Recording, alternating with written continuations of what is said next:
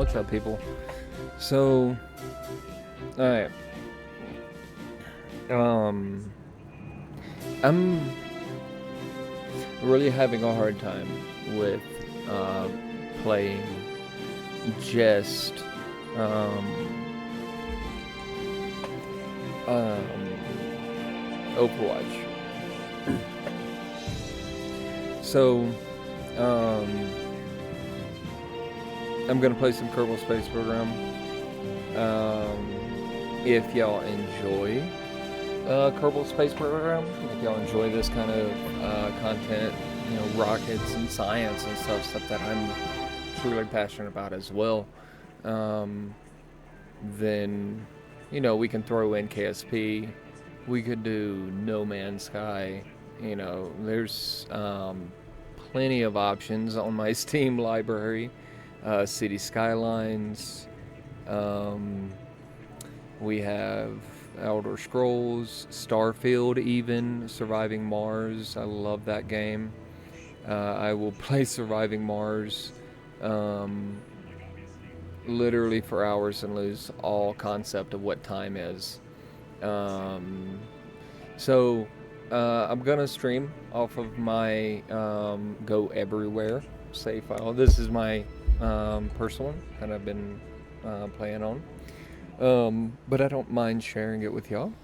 It's early in its days as a space program. This is as far into the tech tree that I've gotten.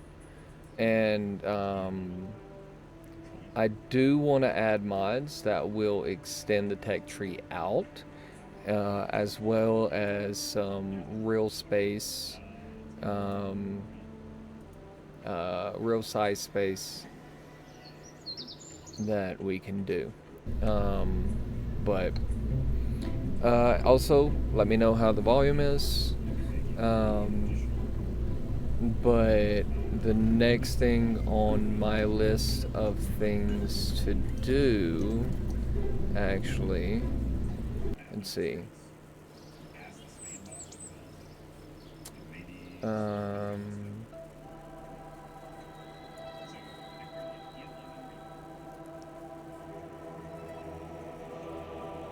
I do not believe I've even gone to Mun, so I'm going to build us a Minmus ship that we can land at Minmus, and we'll see if we can land at Mun too, if we have enough fuel left over.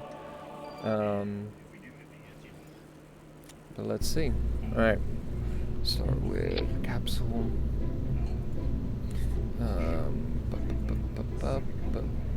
Do I have docking ports? We do not have docking ports, so anything I do has to be a straight shot, which means probably going to be just Minus. A little bit harder to do it. So parachute, we're going to need heat shields because from these speeds we're going to be coming back in at.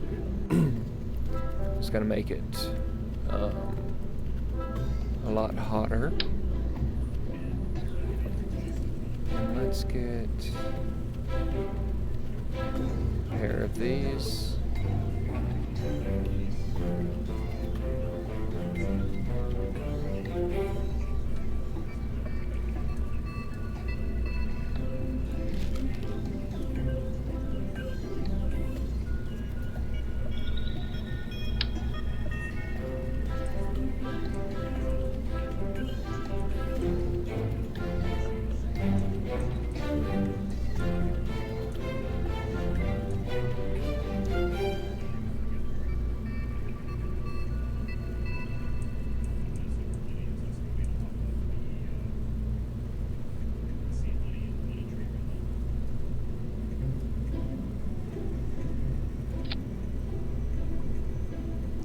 That blocks the doors or not, but you know what, honestly, I'm not really worried about it. Okay, let's get payload.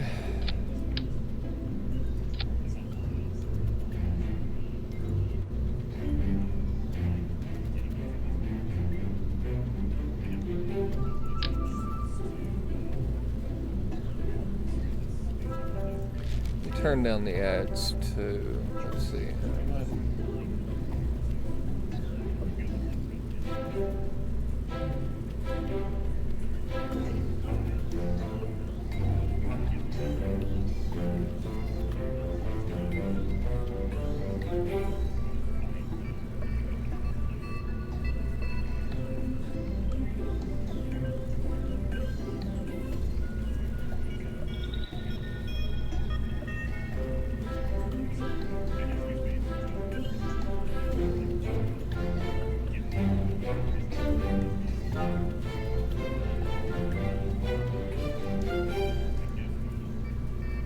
Okay.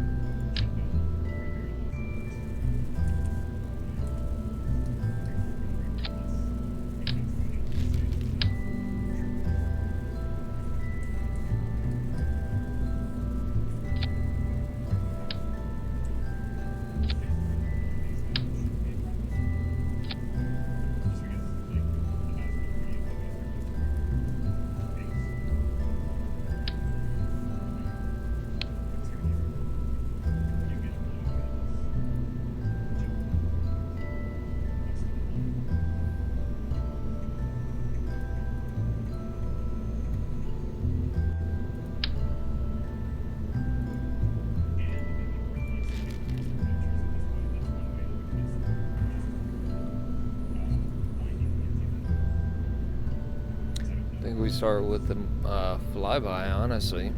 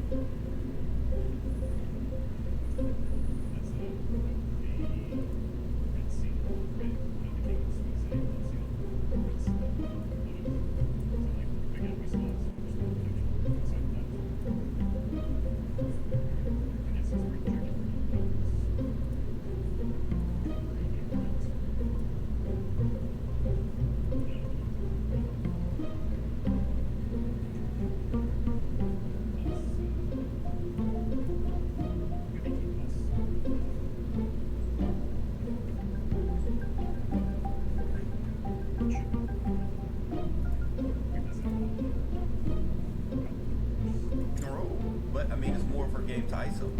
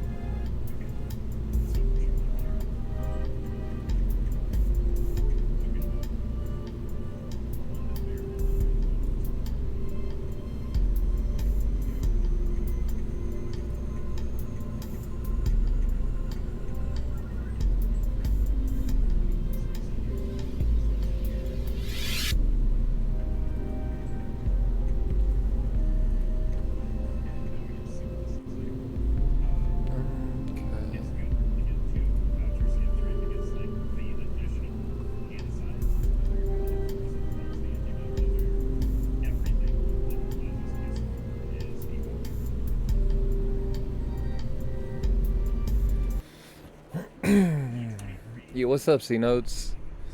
I'm playing some Corporal Space Program. I would love it if you hung out for a while. Have you ever seen this game?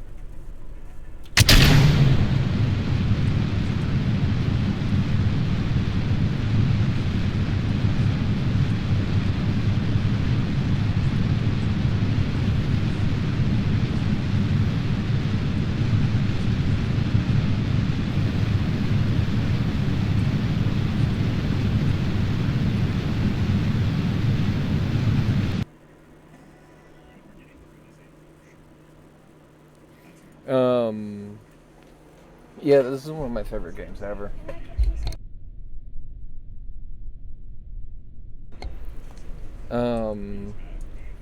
It's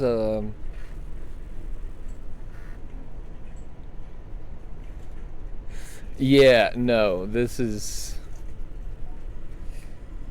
a lot more than, you know,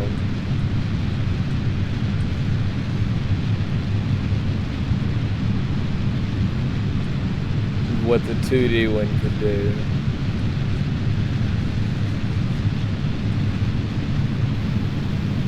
And like I have to, like I am flying the ship. No.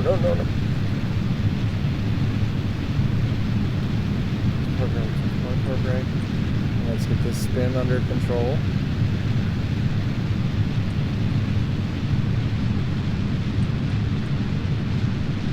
Come on. Come on.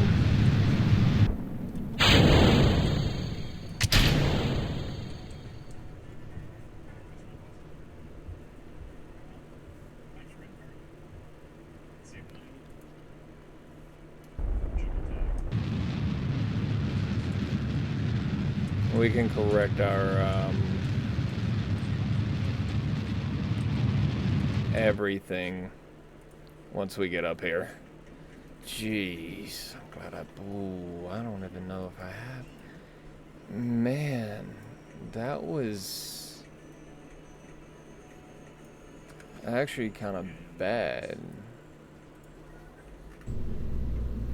Yeah, it's really fun. I spent too much time fighting the air.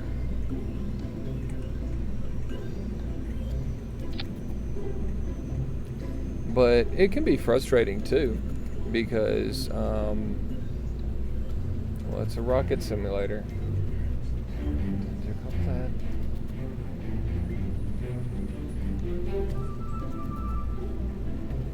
That's the nerd stuff.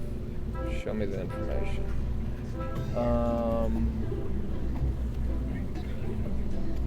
we're starting at 31.5 tons. TWR 1.62, that's good. And then we will drop these side tanks off.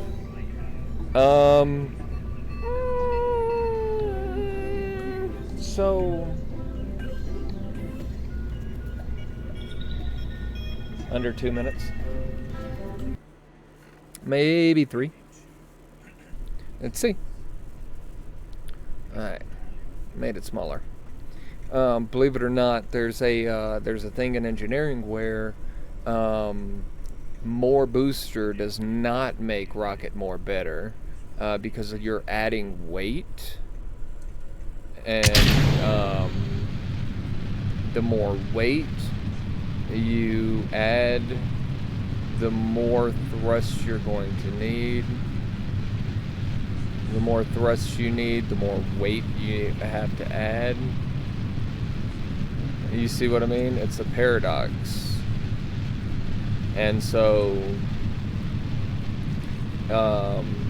there's a point where you don't do it anymore. And I know what I need to do. I also need to... Okay, so I get where you're coming from. I do still need enough to get me there. TW. See, I need this to be just over 1. I need it to be like 1.1, 1.2. So if I go 70%, 1.13, 0.09. Okay. So, the reason I'm losing so much speed while doing this is actually because these engines are really powerful, and so the higher the thrust rate, the more impossible it is to steer. And because I'm fighting the ship,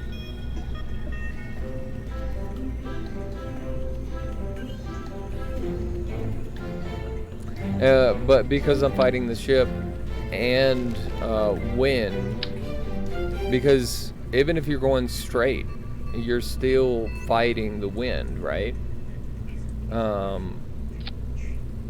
Because, and then that's what'll cause it to turn into fire. Pretty much plasma. But I'm fighting it so much that I'm not really using fuel. I don't have them yet. I will. And I will soon. Come on. I want more speed than that. Oh.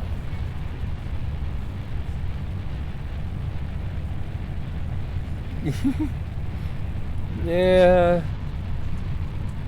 But this is what I need to be doing right here. Right there. Come on. Good rocket. No. Oh, no. Fly straight for me. Fly straight. There we go. I know how gay we are. I get it. Ooh, no. Alright, chase prograde for a second. And let's no longer chase prograde and hold it right there.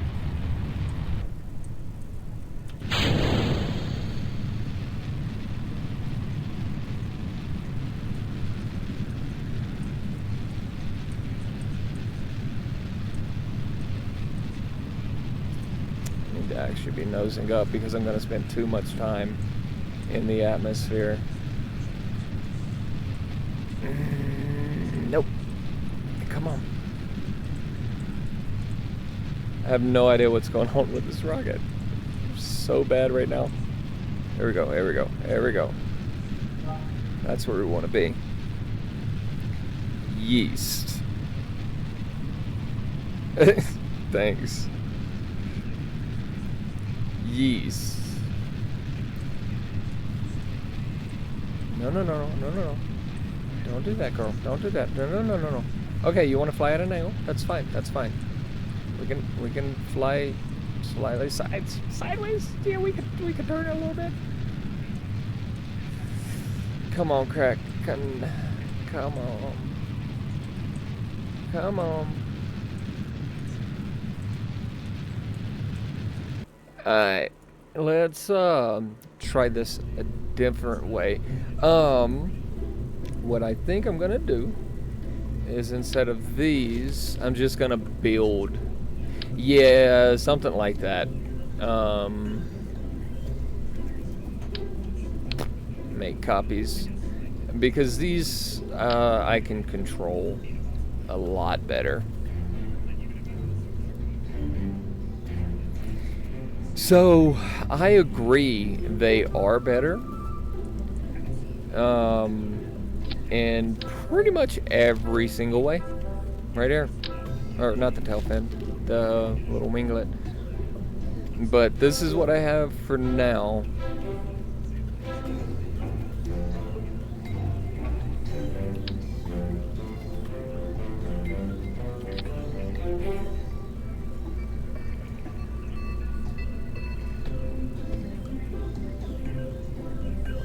Yep.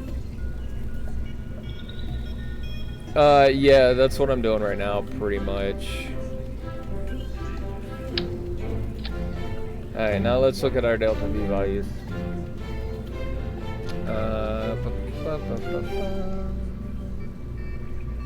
And then I want to separate you out.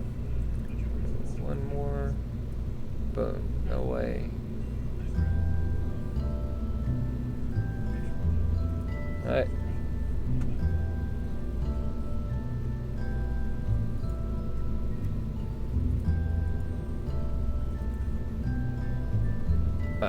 That would make sense. That would make sense. Okay. So 1.59, that's a lot. 1.31, that's good. That's good. We don't worry about that one.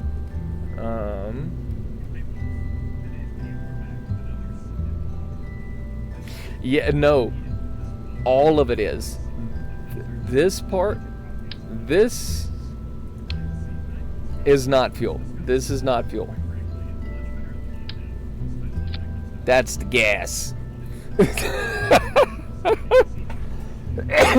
Yep. Everything below here is gas. Or that's the fuel and the engines.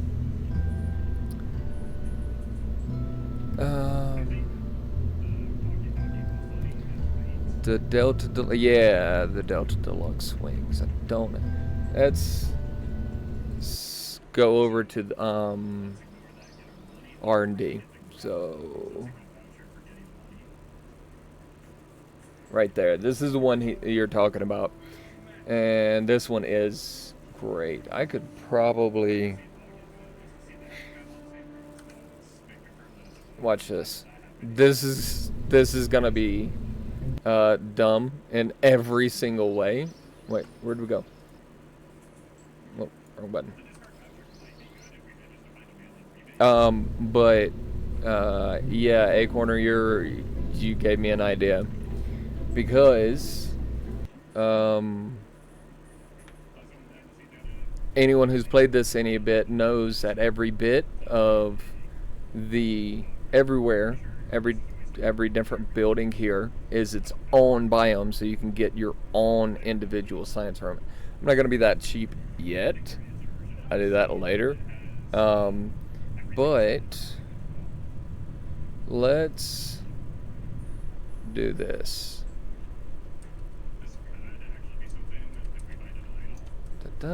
And give me you. Thundering start.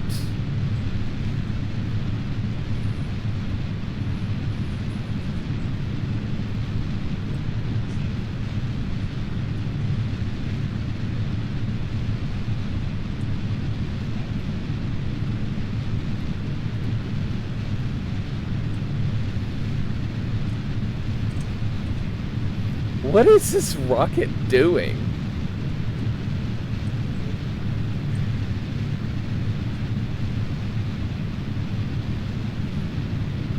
I am fighting the stick in every way.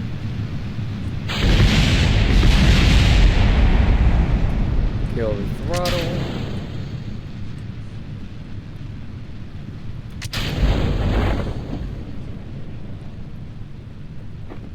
That was a major absolute waste, but you get to see things go boom.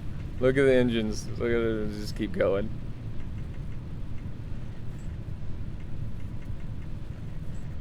But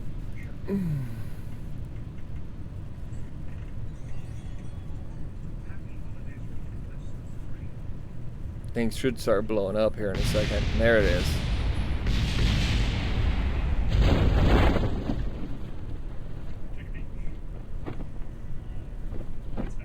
That one didn't blow up. Boom is... Oh, okay. If you want there to be a boom, it's good. Like, on that one, we wanted there to be a boom. Because I only need 15 science. But I also just idiotically sent my Science Junior to go boom too, because I put a decoupler in a different spot.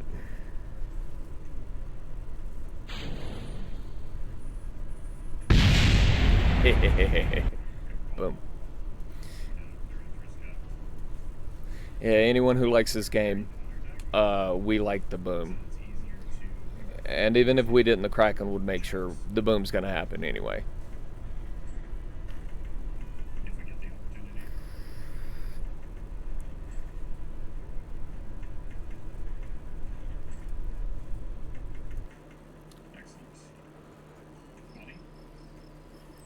Hey, corner. I did all of that, and I didn't even get him out. Hey, corner. How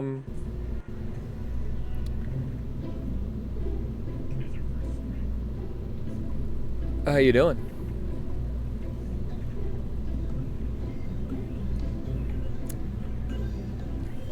How much KSP do you play? I want... Screw it, I'm just gonna...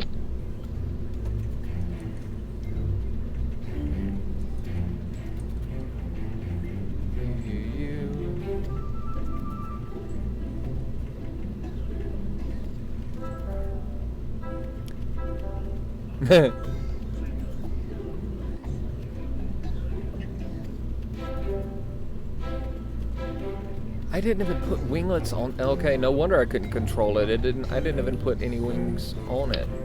I meant to. You know what? I bet I can get this one to orbit the way it's supposed to be. With the winglets.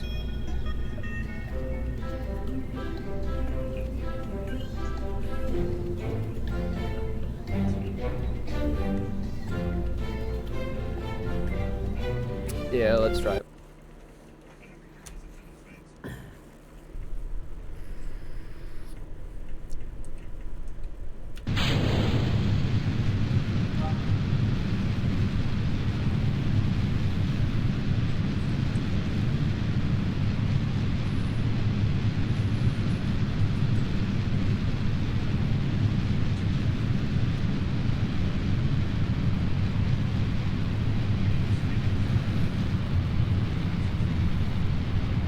And I would pick the worst thrust vectoring engines that I have to start with, instead of going with the swivel the way I'm supposed to.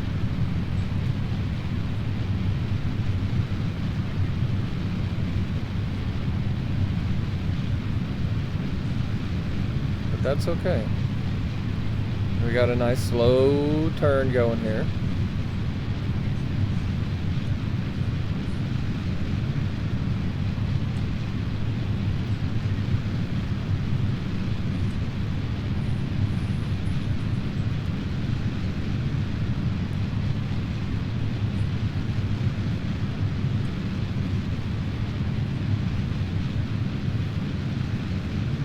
Honestly, we need this gravity to be turned to be a lot stronger.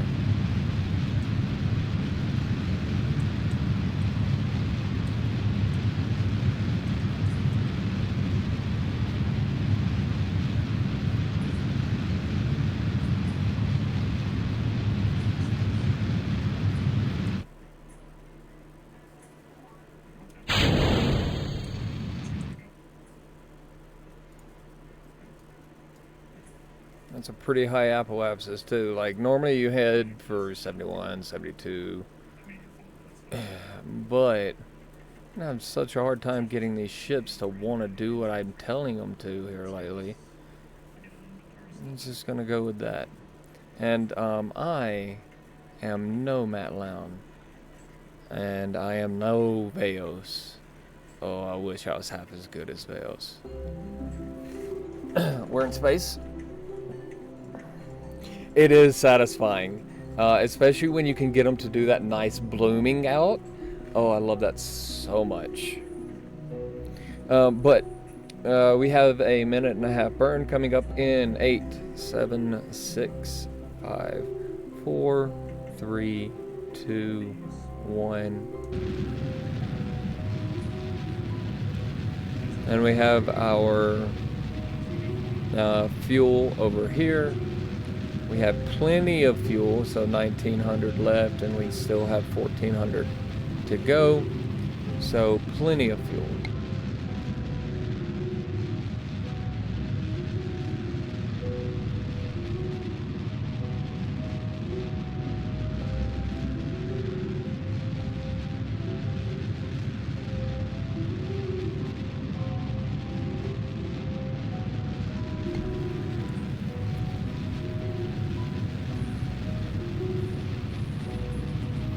Man, 40 more seconds on this burn. Hey, what's up, everybody? Jeez, it's most people I've had in here all day. How y'all doing?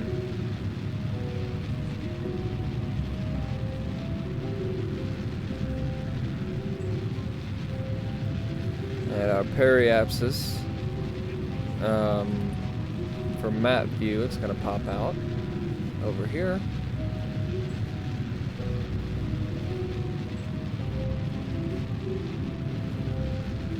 That was awesome. Ooh, not ideal. Because we just spent way too much fuel there. 166, 166, okay. But you know what? That's fine.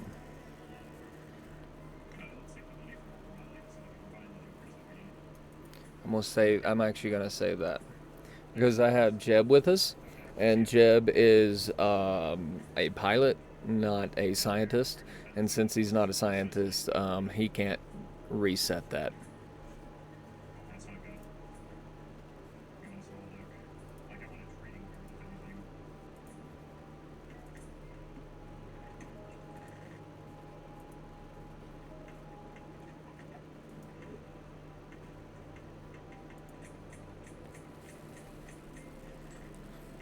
What? Why? Alarm clock, go away. Maybe just overshoot my burn.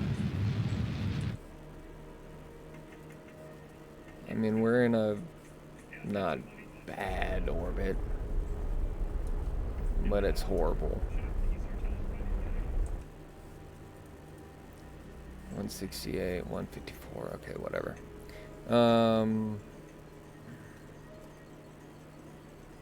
Let's do a Minmus flyby. So if you look, these are the orbits, right? The orbital planes. So the Kerbin in the middle, Mun, Minmus. And if you look at the plane from a certain angle, you can see this is a very different plane than what I'm currently on. So my goal is to intercept the plane where it crosses all of the other planes, because that's a good X, right? See, boom, right there. I know my plane will intersect with that plane right there. So I want to add a maneuver here.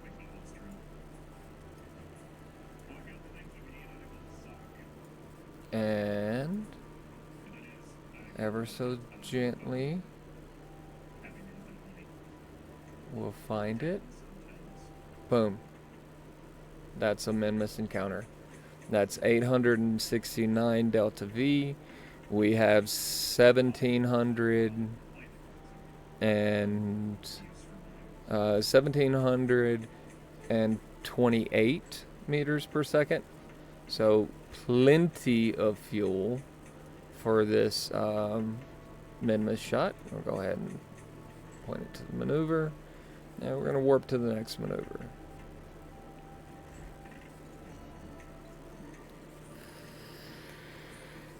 On Lurker, if you're actually watching and listening, this is a game I very much think you would enjoy. Because it's just all engineering. All engineering.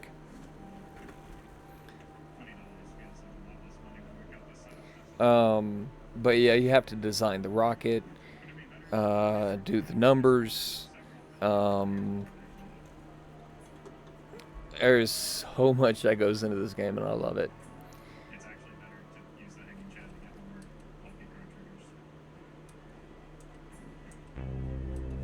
Okay. 4, 3, 2, 1.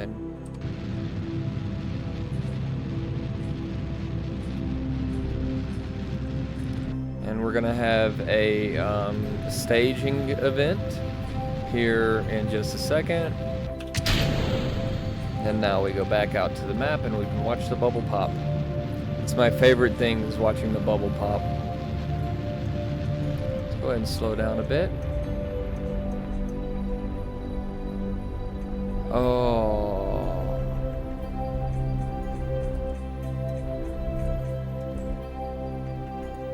0.4 meters per second. That's how close we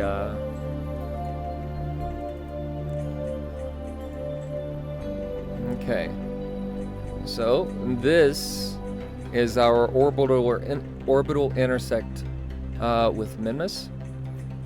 This is when we're going to no longer be in its sphere of influence, and over here is where it's all going to happen.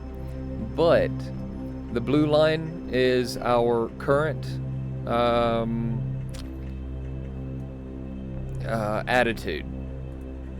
So we're going to add a maneuver right here. We're just going to play with it just a bit. We're going to get this orbital or this Minmus encounter a lot prettier. And make it to where we have to spend less delta V when we get there. Slowing down.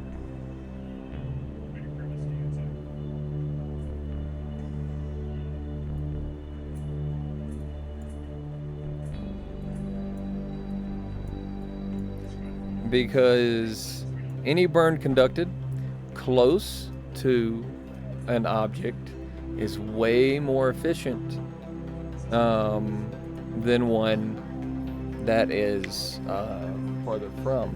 However, we just need to make a small adjustment. A small adjustment here is a big adjustment there. Burns for changing your attitude are most effective when you're closest to a body. That makes sense. So slowing down, farther away, speeding up, closer to, because you're using that that object's gravitational pull. You're going to be going faster as you approach it. So the closer you get, the faster you go. Once you are moving away, you start bleeding speed. So if you burn at that moment where you're moving your fastest, you're going to push that line. And because of the gravity, it'll pull you around. It'll make you keep falling, pretty much. But falling in a direction you want it to. Next maneuver. And this is a 0.1 second burn. So we're actually going to go ahead and just...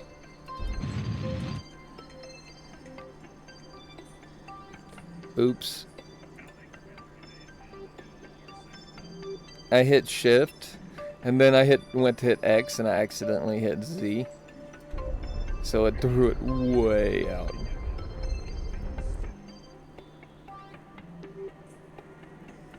I need to make a new maneuver. I need to figure this out. How bad did I mess myself up here? Okay, not insanely horrible.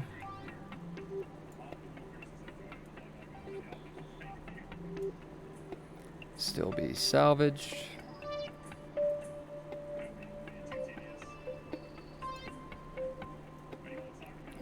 Below the plane.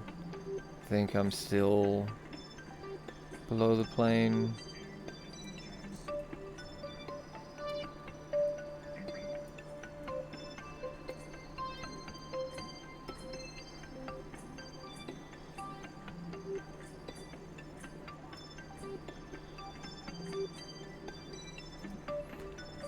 That is a little close for my comfort.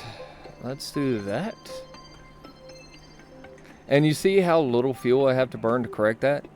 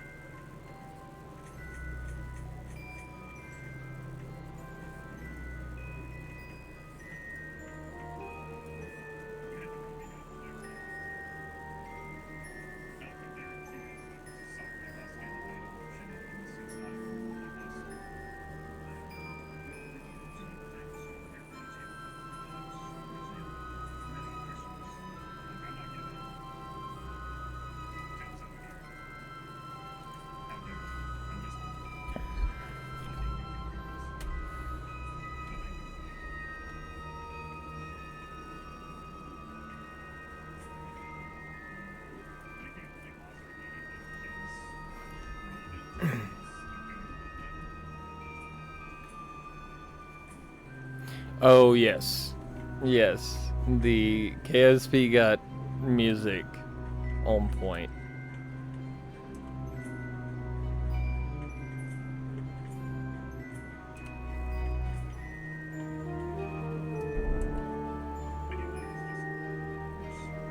Alright, we got pretty close.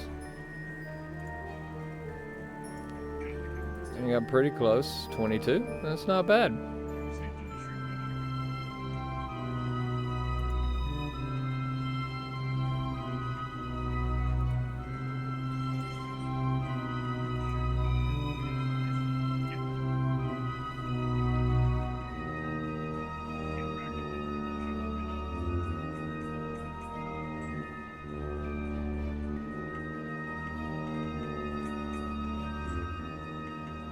But you see, I pushed my apoapsis way too high. And look, Mimus grabs right there. Isn't that cool?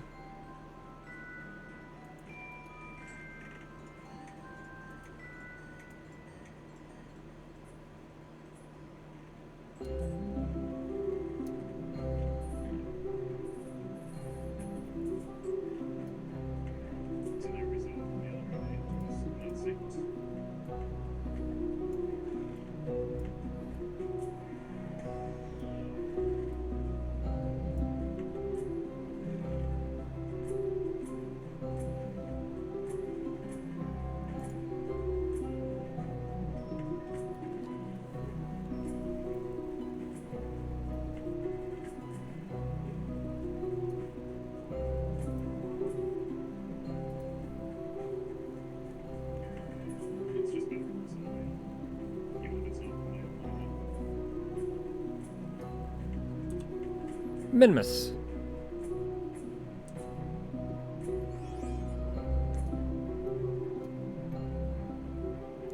The Great Minty Moon. No.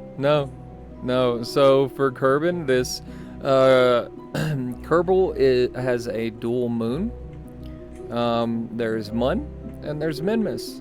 Minmus is easier to get to, and since it's farther away, you get more science.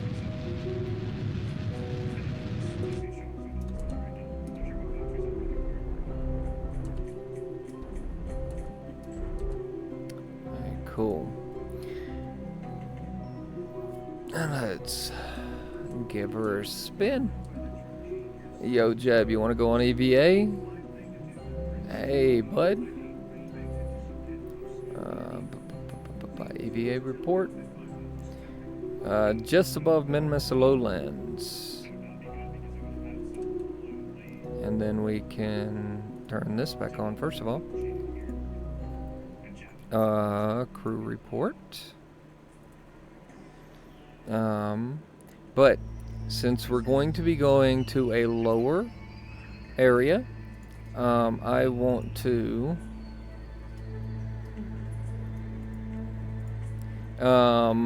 save the bigger experiments.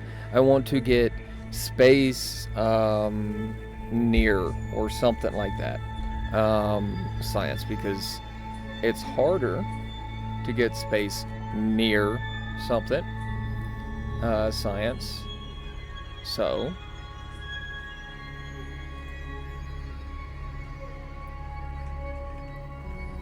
alright, now Jeb, what you see out there just above, so we don't like this.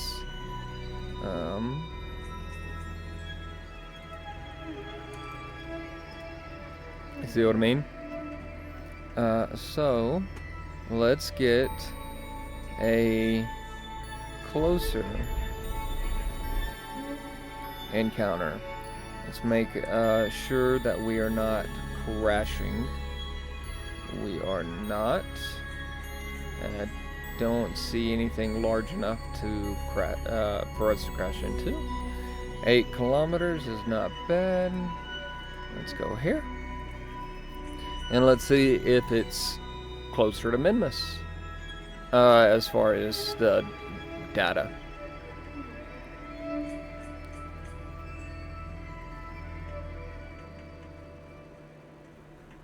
Alright.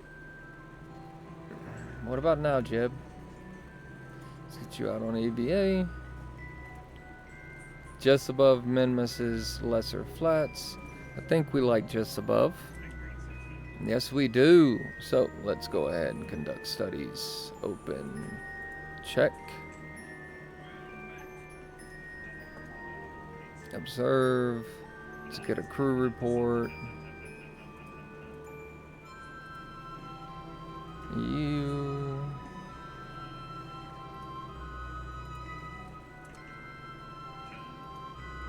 Now let's get a crew report. Let's get pressure and temperature.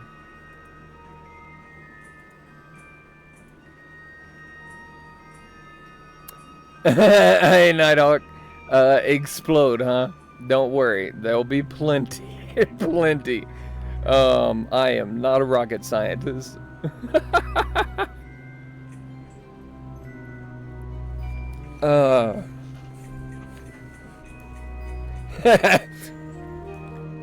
Ruds are, they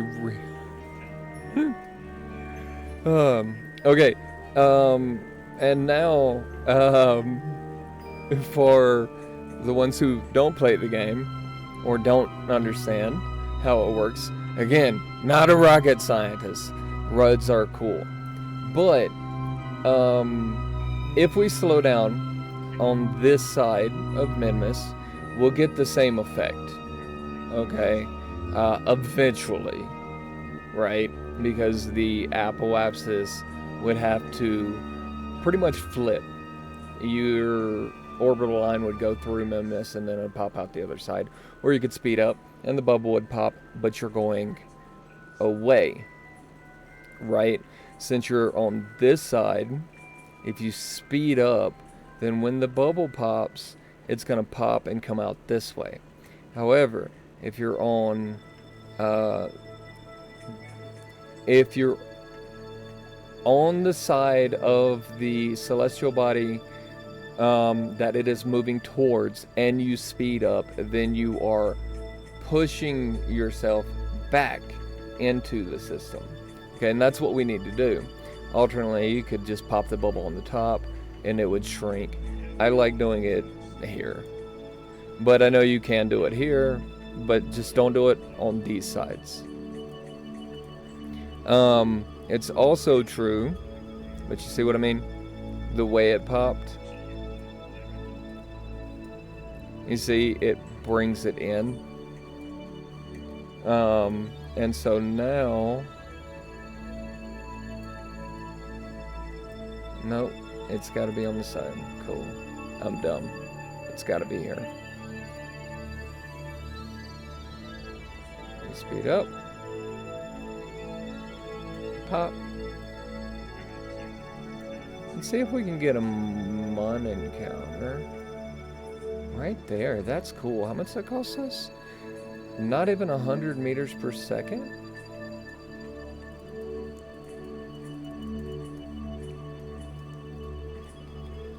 Focus on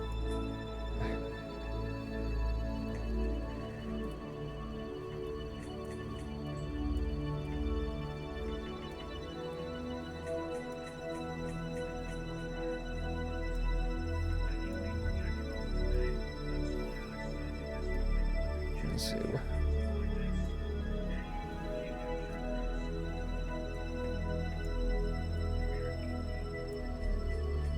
And if we do it right,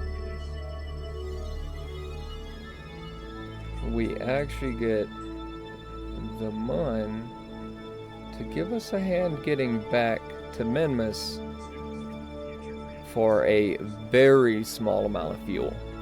I don't normally do orbital, usually I just brute force it. I almost never do orbital assists because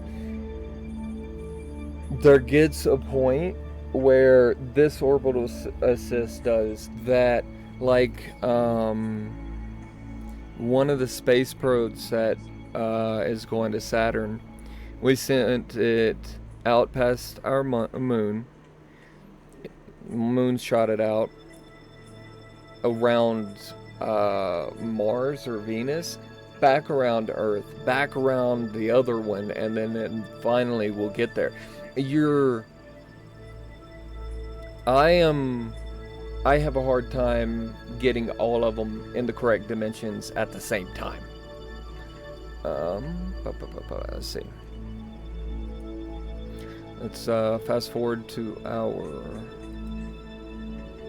maneuver. And because we're passing Mun, we can get some good science there too. We just won't be able to get as much of the science because there's nothing that can be done here. Jeb is going to, actually let's go ahead and do it. You open. Now, this is a thing that I'm about to do that freaks me out every single time because realistically, he let go. There is nothing at all keeping him from floating away except his RCS pad, right? So imagine flying out of control and just losing your ship, right?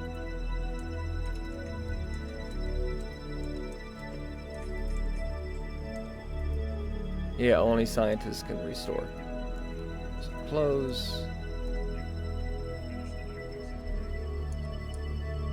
that's bored. No, SAS. But every single time I do that, I'm going.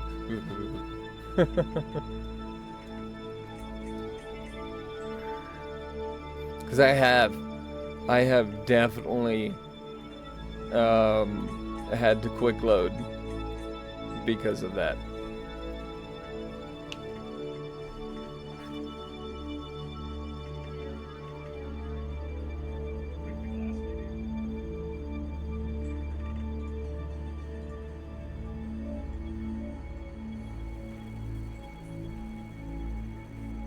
Alright, and let's actually do this correct this time. 10 seconds. We're gonna have a 1 second burn, but I'm gonna make it longer.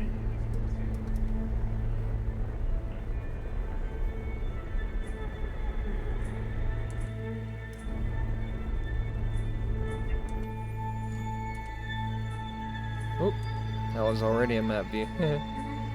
Okay. Because watching it and trusting it are different things.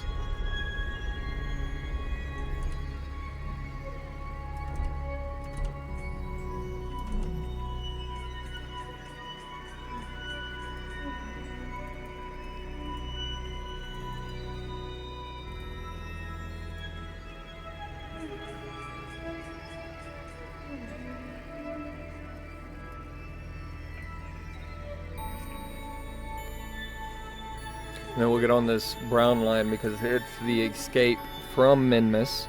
Or, yeah. Come on. And once it turns blue, then I'm going to start messing with it. Otherwise, the program starts trying to predict too many ahead. It doesn't work very well.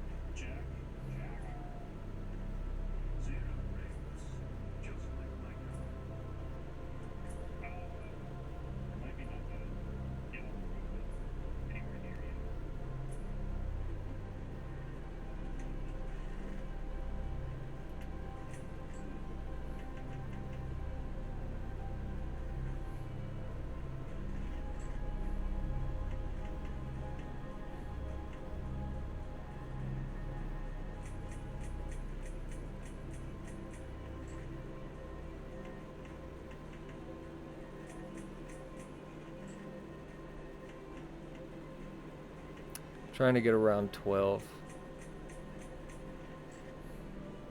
Let's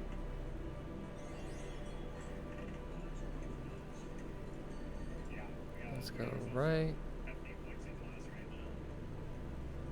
there. And you see how precise you can get? But how am I supposed to do that? I can't do that. So obviously I'm gonna get it a little off. That's why I'm giving myself so much space to get it right in.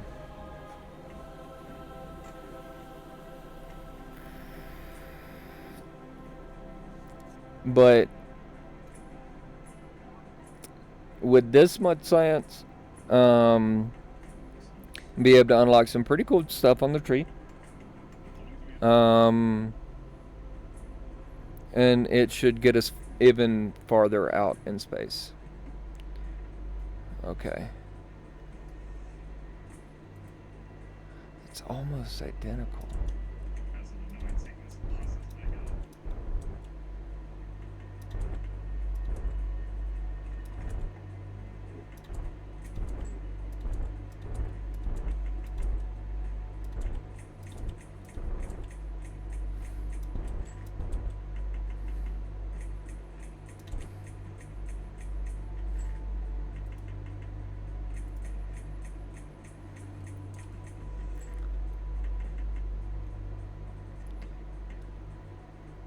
Ah, there's Mun.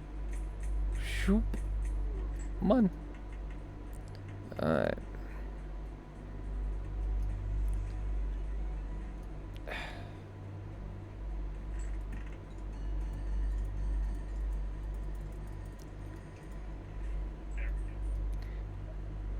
I hate it when it won't let me. There we go. Okay. Ooh. And it's already on the correct side.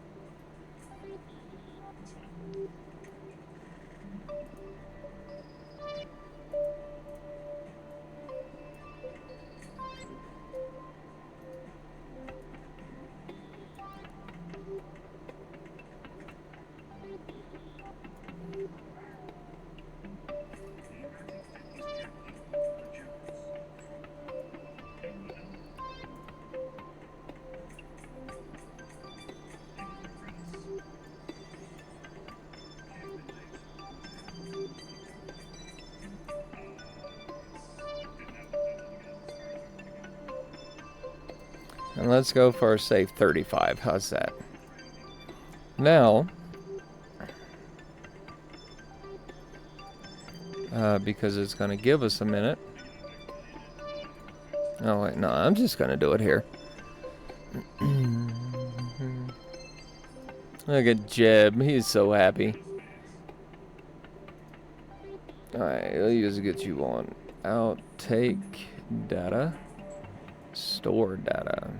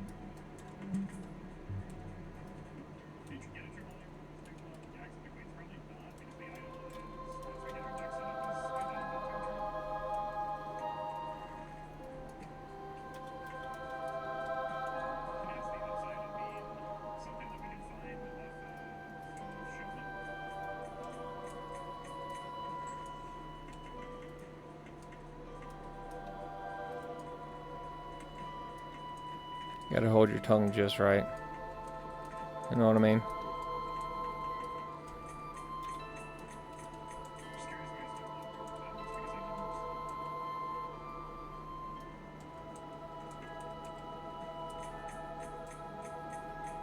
Sometimes I completely forget what button is what. And so, yeah. Wait, I have a target, yeah. I forget which button is which. Oh man, that is so much free fuel. And so I just, like, hit all of them. Oh, cool. We're almost there.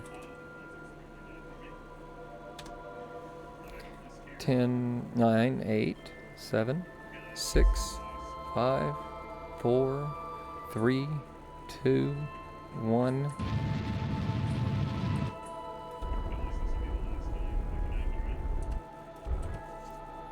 Alright, let's see what the line actually becomes. Periapsis is 35, nice. So,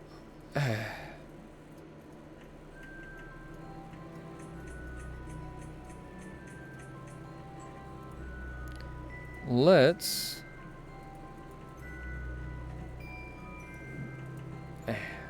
go home.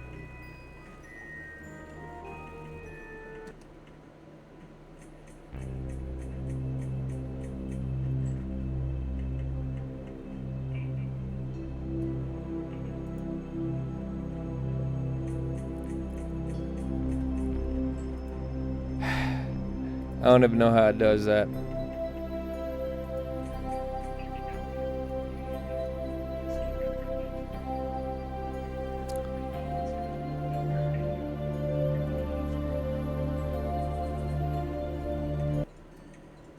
Alright.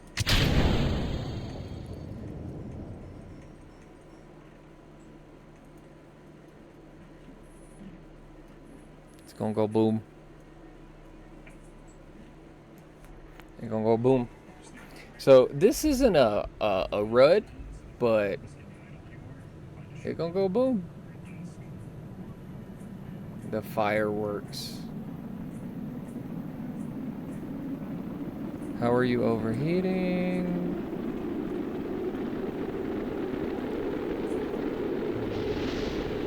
Yeah, just in time.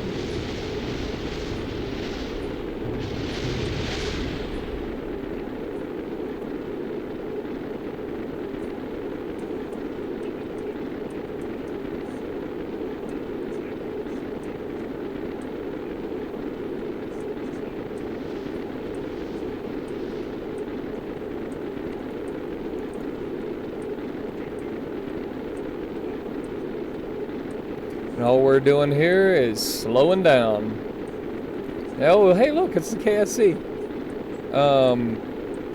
We are re-entering. That's not fire. That's plasma. That's oxygen being heated up to the point where its atoms are literally breaking out.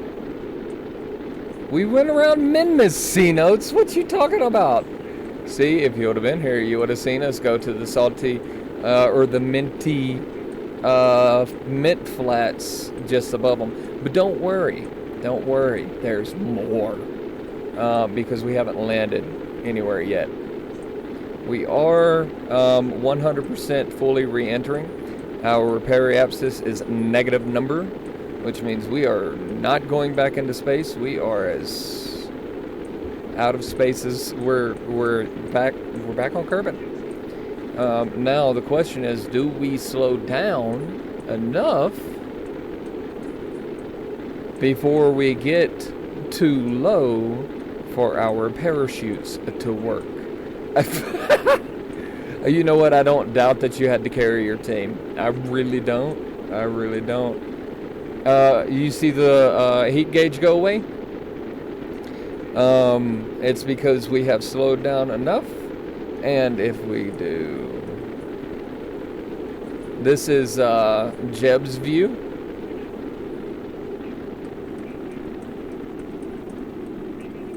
And Jeb knows at this point there's nothing he can do. He has no way of controlling the vehicle at all. All he can do is sit there and wait and pray that his chutes deploy. Where is... There it is. Alright. And now that we're no longer losing a blader, the heat shield is just extra weight for us. Golly. Them chutes are... I mean, we are at 1,600 meters, and that's not bad. But the heat shield, that's just extra weight we don't need. So we jettison it, and whenever we start slowing down more than it is, and the mechanical adherence, not mechanical, but the non-mechanical. So atoms that may just be holding it in place. Once you've reached the point, oh, we're landing in the water, where we are slowing down faster than it is, and it loses any mechanical leverage it has holding it to us. It'll go falling away. It'll be when these chutes open all the way up. Kerbal Space Program, KSP. Now, when you search for it, you are going to find another one, Kerbal Space Program 2. No. Kerbal Space Program 2 was a beautiful game. So much potential. It's dead. Don't get it. This one, it's finished. It's complete. It's as good as it's going to be. But there are great mods out there that can add... yeah, no, not a problem. I own KSP2. I was one of their first pre-orders because I love this game so much. And they were going to do interstellar travel. There was going to be other galaxies to go to, base building, colonizing, stuff like that. But the people who were backing them, you saw the heat shield fly away. The people who were backing them pretty much killed them. It is dead. So no KSP2. There are plenty of mods, though, that make KSP1 better than KSP2 ever could have, or ever was. And because of how bad they messed it up, we don't. Alright, we're falling at a nice, gentle 5.4 meters per second. We are 600 meters above the ground, so 10 seconds. And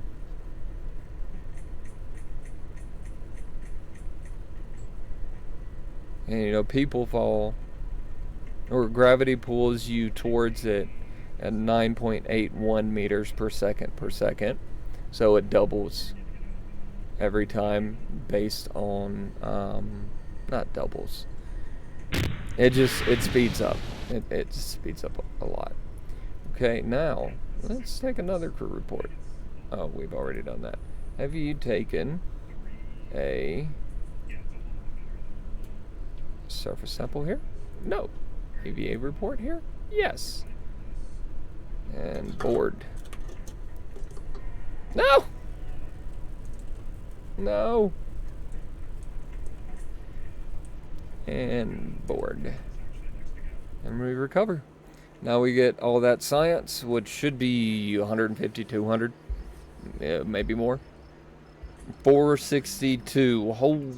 Okay. That was a lot. That gets us pretty far into the tree. We need the delta wings. Right here.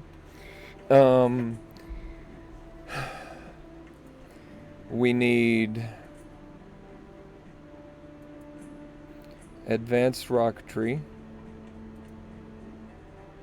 We can do without the delta, but we can't do without engines that give us more power. Let's go ahead and take... I don't use...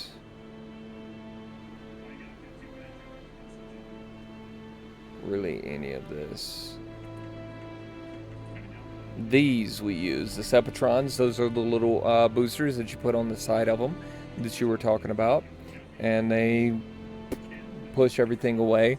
Makes beautiful explosions. Oh, also cool external fuel hose.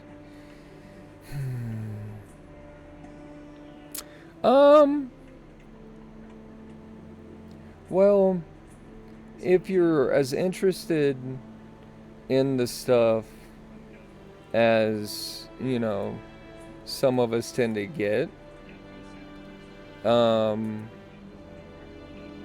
need the docking port. then yes, it can be, but not really.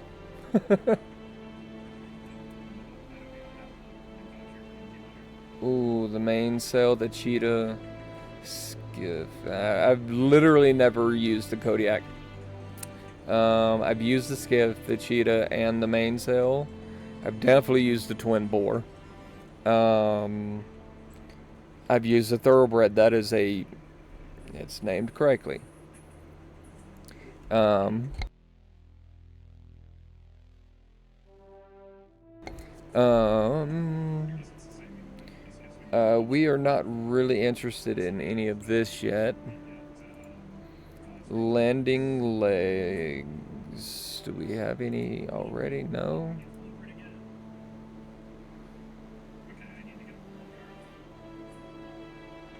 Once you have there's a,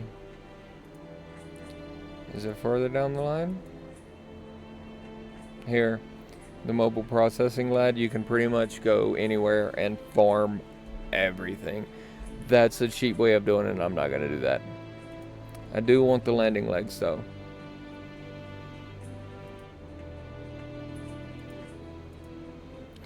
And we get the Delta.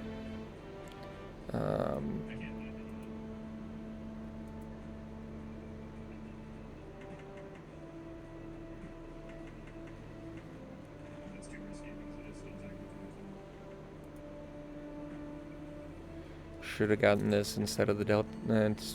No. Everything we got is things we needed. Okay, now.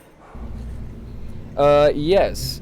Well, no, it's just unlocking tech for the next mission, which we're going to do now. And we can now put 2 Kerbals in.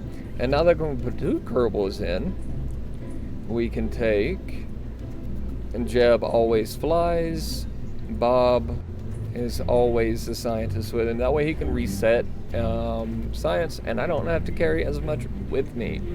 Now we are going to start with the basics. Well, yeah, no.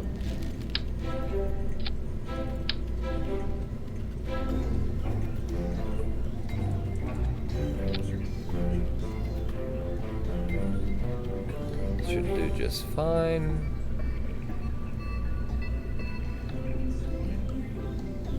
Ablator.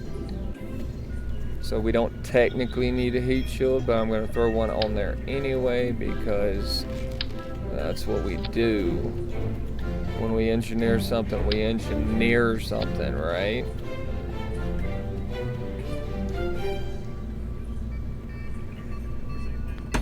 You're not wrong. You're not wrong, Nighthawk. They, yes, Kerbals pay exorbitant fees to survive re-entry. Oh, and not all of them get it. Not all of them get it.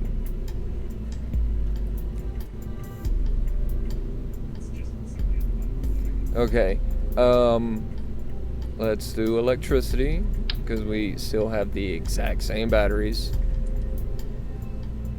And now, throw the science in there.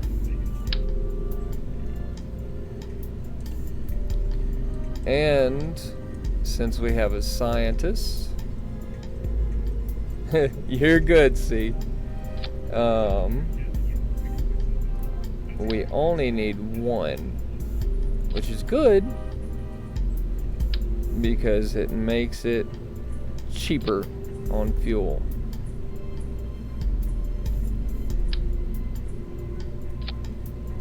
If you can do it. Usually you put 2 on there just so you have the balanced ship.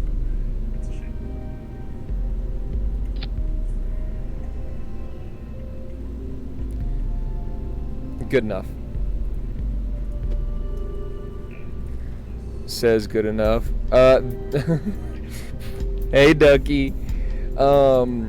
This is the mystery goo containment. And if you read it,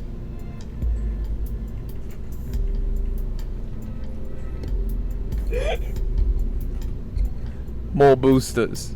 Um, the mystery goo, they don't know what the goo is.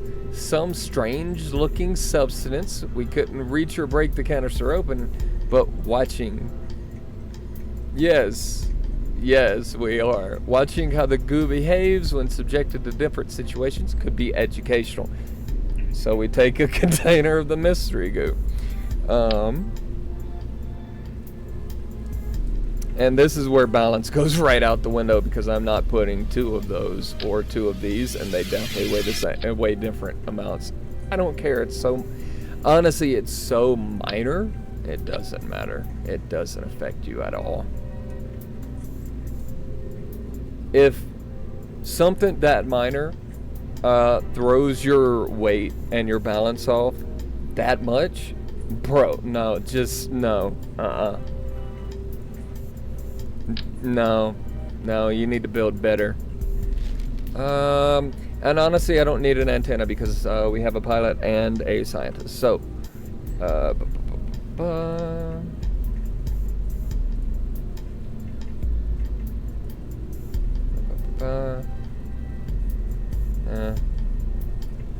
then also, always check your staging. Always check your staging. If you don't check your staging, well, ruds are what happen. That's not the one I want. That's the one I want. That's a lot of fuel.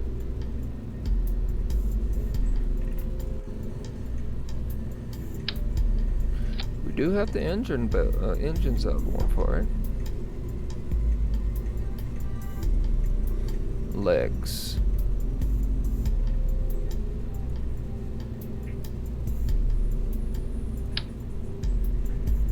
Another thing I don't usually use, the struts.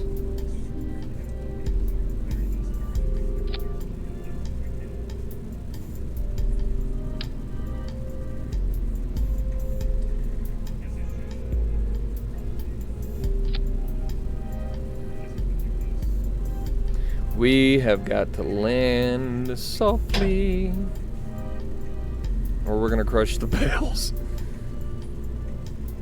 Alright, now let's give it a decoupler. I never know which one to use, and they just keep getting smaller. I don't have the right one. No, that is the right one. And now, fairing. I really don't actually have the right fairing, but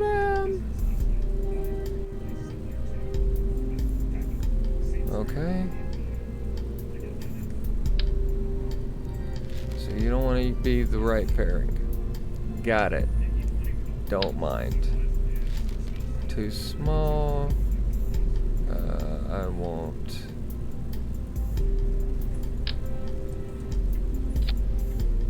And now we can put a fairing on it. Boop.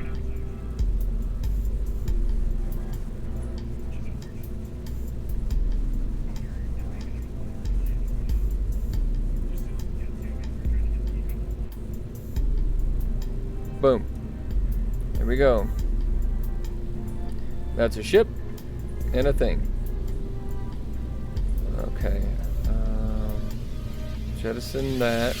Jettison that. That jettisons, that ignites. You go away. Now. Fuel. Wrong one again. I always get them wrong. Okay, it goes to what?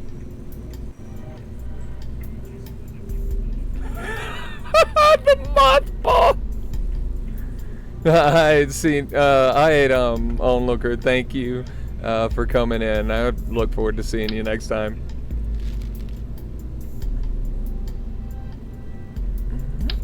There we go. All right, let's get us a little more space.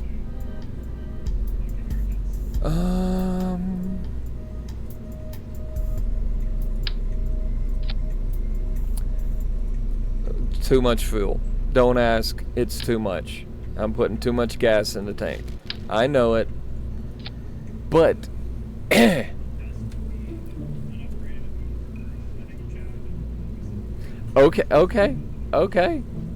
I like how you said that, see. Okay, now more gas.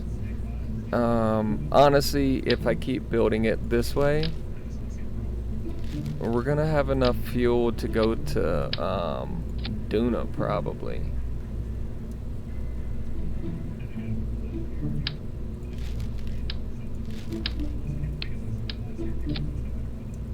This thing's gonna fly like a bat out of hell.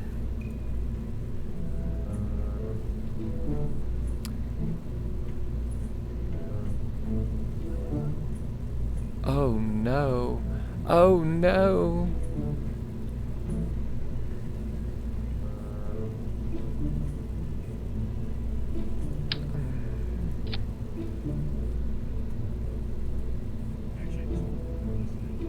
Okay. This thing is not gonna fly like a bat out of hell. In fact, this thing is going to fly.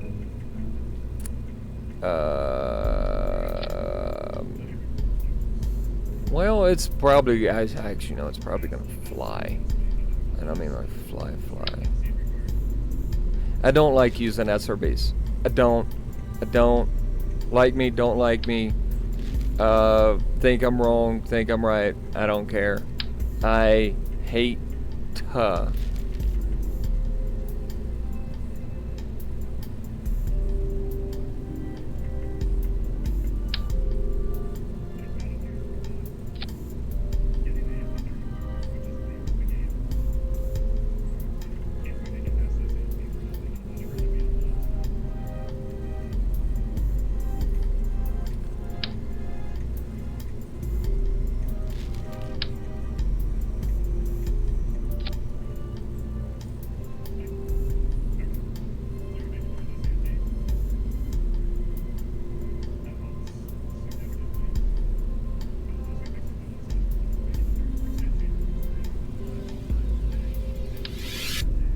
I've never actually done this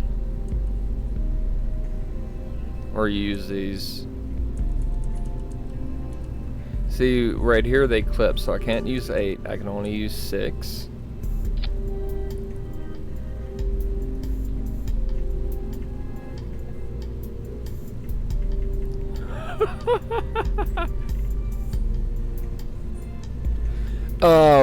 I do want to get the. I do think I'm going to put the realism overhaul mod on here. I want to do realism. I want to do. There's a big expanded tech tree that has all the cool stuff we were hoping for in KSP2.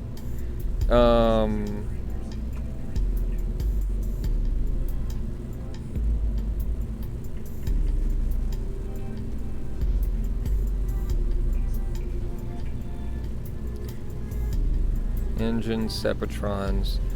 Sepatron, you. Don't matter where I put you because I'm not going to use it. Yeah, no, but it,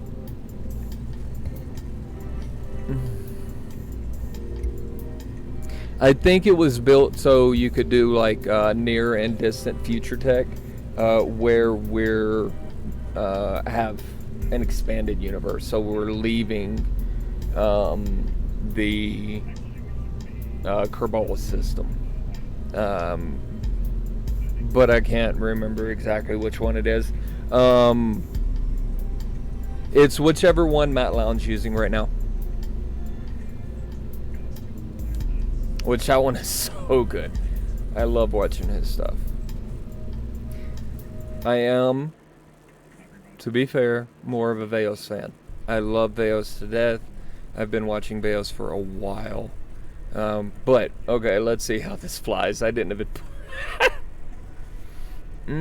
I didn't even put any flight stabilizers on it.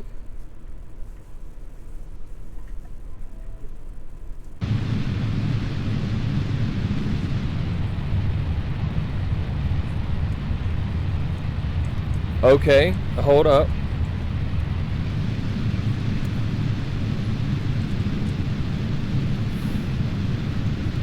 You see these shot cones building? Um, that means we are going too fast for where our altitude is. We are going way too fast, and there's way too much altitude, so we are actually going places. We have the right angle though. So the tadpole is swimming. Alright, we can start speeding up a little bit. But you see, and I need to add some visual mods too. Normally though, rockets, what they do is they go up and then they start laying over. That way they are using gravity to get us where we want to be.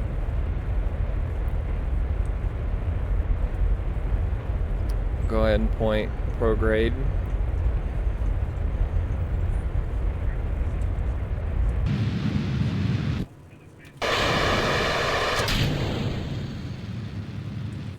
That was actually kind of cool.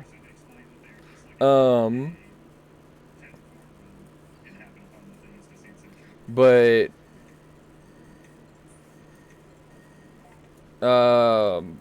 they'll go up and then start curving over. That way they're using Earth's gravity to assist in the rotating. Exactly. No. Yes. No. That's a perfect way of saying it. That is the correct way of saying it, as a matter of fact. Without drag, without any resistance, you could throw a baseball to the moon. Okay? By throwing it hard enough. Because there's nothing aside from gravity acting out against it. But, just like Nighthawk said, you are swimming through soup, pretty much.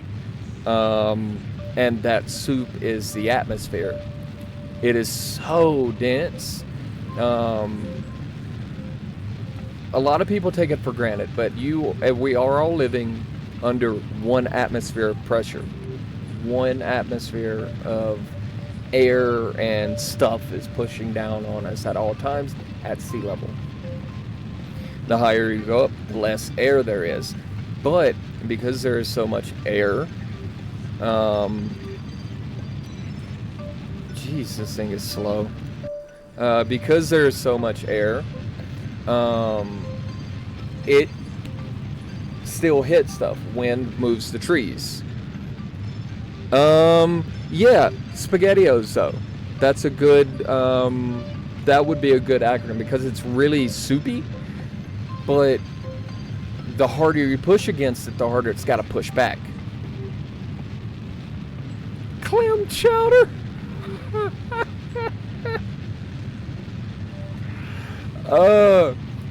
The way we are going through it, it'd be like SpaghettiOs. The way the rocket's going through it, it's more of a stew. It's just pressure, pressure, pressure. And that's what you see whenever you see a airplane going supersonic or something like that. You see those shot cones coming off of it. That's the air trying to get out of the way.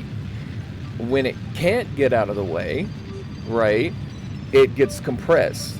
And because it's being compressed and it doesn't want to be, the molecules start moving around a lot more. So it heats up. When stuff starts moving, things start heating up.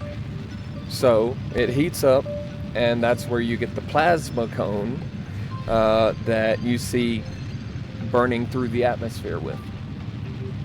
And I don't think I'm getting to orbit because I think these engines might be a little weak.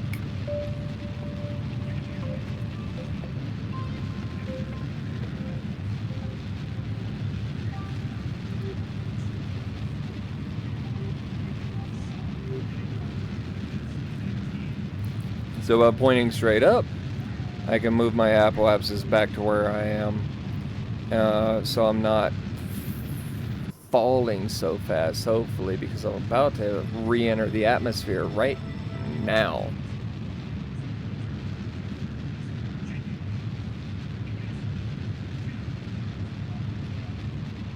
Alright, now we're climbing.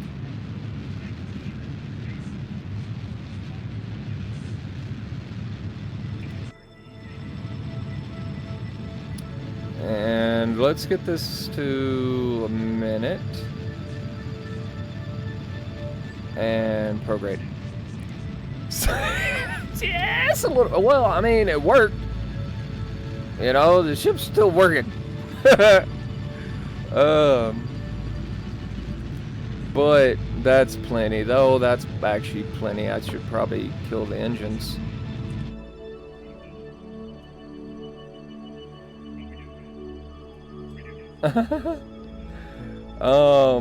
No, so I can't make the command module. What the mess? Any larger.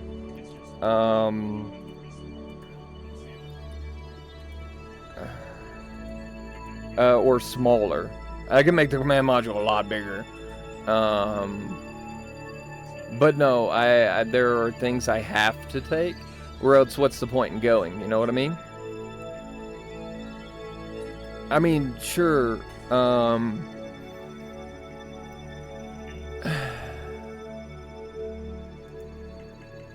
Sure, we could say going to the moon, just to go to the moon is cool. It is. Not gonna deny it. But where's the ego? You know what I mean? We don't have enough science. We don't have enough technology to consistently get us there for cheap. We can't just go to the moon whenever we want, right? So if we're gonna go, then the first ones to go need to be able to study it. And by the time we are just going, then me being able to go to, I don't know, Venice would cost dollars instead of thousands of dollars. That is a very true statement. So factually, it takes you more delta V to get from the surface of Earth to orbit than it costs for you to go bring anything from the moon back to low Earth orbit.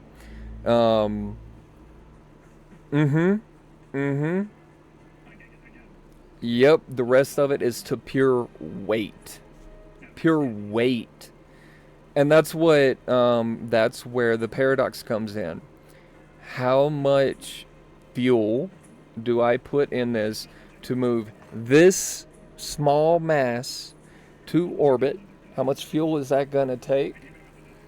And how powerful do the engines need to be? Because the more fuel I need, then the more powerful the engines need to be. So a kilogram, I think it costs like $10,000. Oh, no, yes and no. Physically, a lot bigger, but way less output because you just don't need it. But you do need a large engine bell, unless you're doing ion. Yes, but you need a large engine bell because at sea level, the atmosphere of the Earth helps create that cone shape coming out of the bottom. When you're in the vacuum of space, there's nothing keeping those atoms pointing in the direction that you want it to go. Larger nozzle, but much smaller engine, much less fuel to move the same distance. Because what are you fighting against now? One atmosphere per million? You know what I mean? One atom out of, a mile? You're not worried about it. It is factually negligible. Um,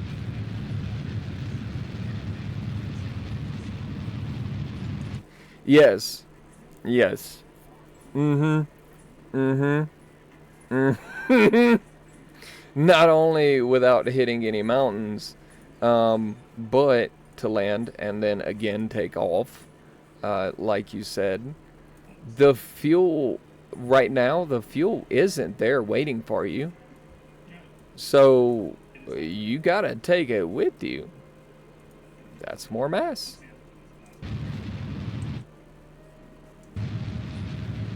I have. Oh, I forgot these command modules don't have the.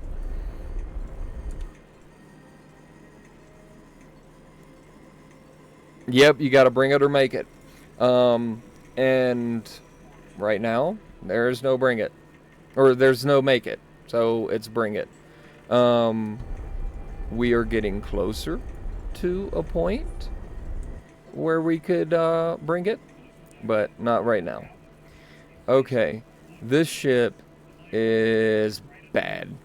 I forgot to put reaction wheels in it, and we are trying to land on Munt. We have plenty of Delta V to do that. We'll go right. Does that look about right? Yeah, right about there.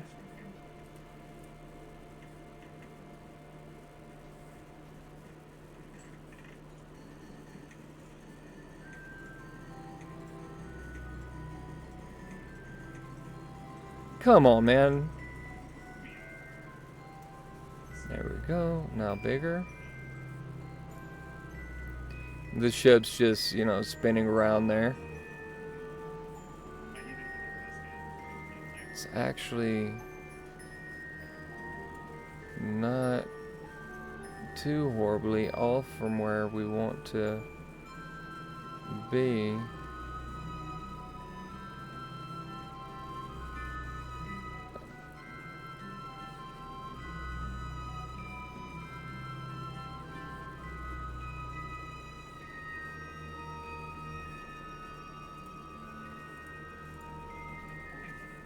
Actually, I feel like that's a little too much of a straight shot.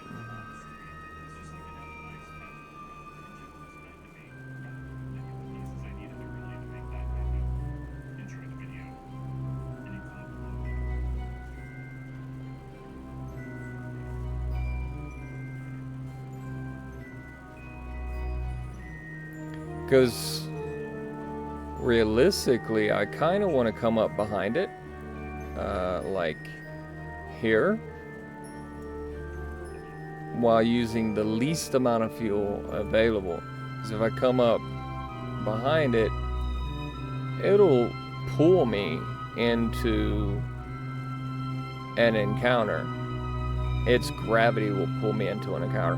However, if I come up in front of it, then it's doing the same thing. That's not the direction we want to be traveling around something, right?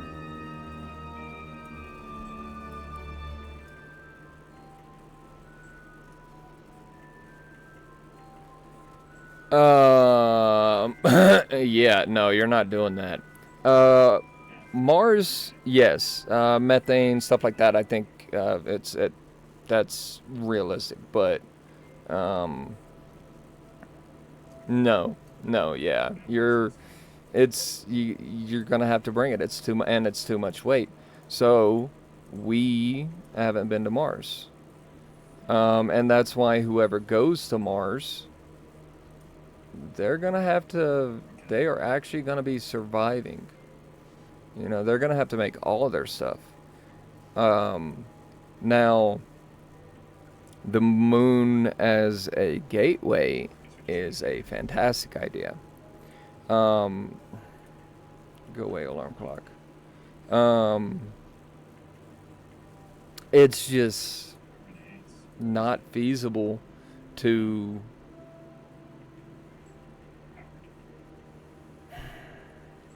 It's not feasible uh, to go to the moon en masse yet. Um, what needs to happen is we'll need to um, there's going to be a low Earth transport where you'll be dropped off at a stopping station like the ISS, or a gateway, which I've always liked the idea of a gateway. Um, and then once you get to the gateway, it's all good from there. But getting to the gateway, it's the hard part. That's why Starship is such a big deal, because if it works, then boom, that's everything in one. But the guy in charge of it all has kind of lost his marbles, I think.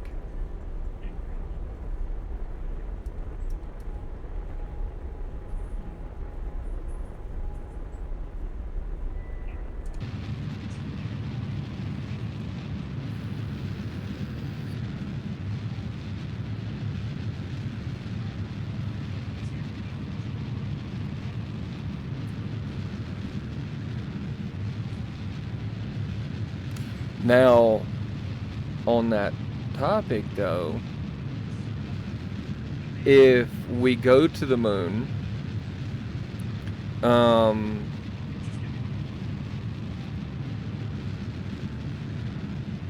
then if we go and stay, then tritium becomes a thing that we can take a lot of advantage of. Tritium can be used, we believe, to help aid in the process of fission, which that is as clean of energy as you can get. That's why it's so fusion. That's why it is so important that we do something along those lines. Go away. You go away too. Just start a new one. I hate that. And if we can make fission a thing, then we don't have to worry about energy anymore. And realistically, nuclear engines for space travel is the way we kind of want to go.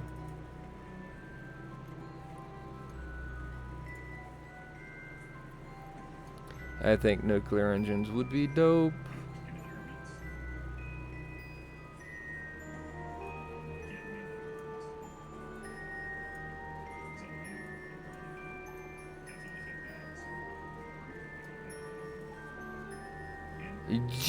What?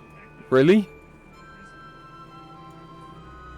Alright, I guess.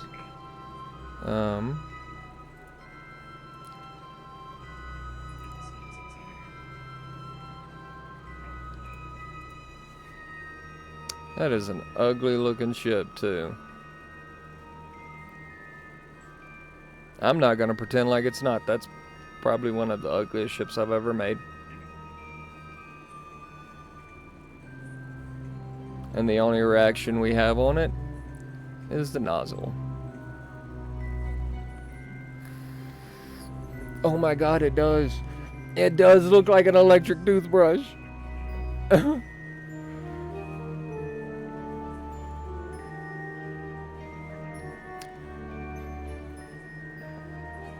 You know, Nighthawk, as much as I love this game,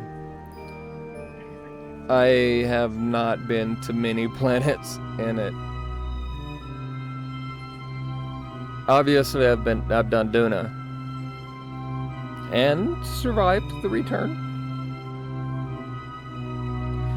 Outside of that, though, I haven't. I just haven't. People who watch others play this game but don't play it themselves have no idea how insanely difficult it actually is to do a lot of the cool things that you see them do. Man, I'm gonna have to manhandle this ship entirely, aren't I?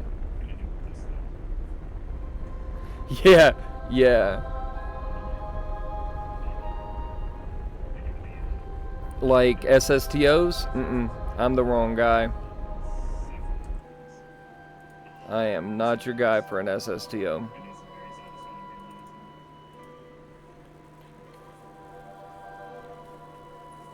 Could I probably, after a little while, get it figured out? Yep. Yep.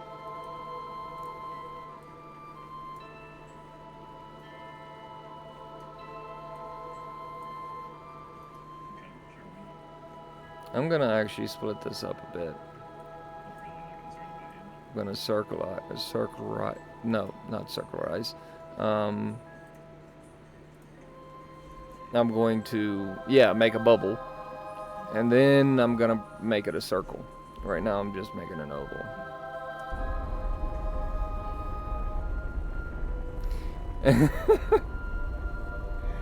It is so fun though.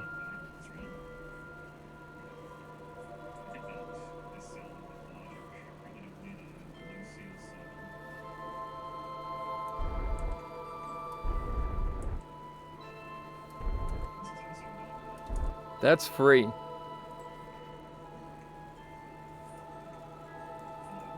That is free. So we're actually gonna use Kerbin to get us a better encounter with the Mun.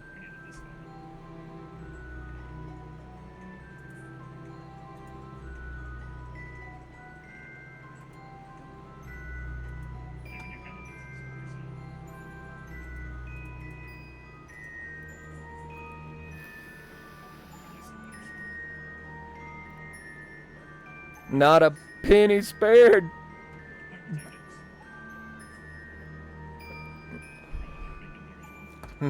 We spared no expense.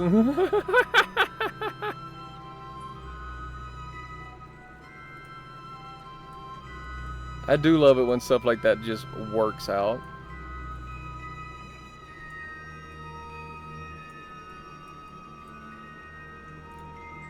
Alright. Oh, cool. It's right here.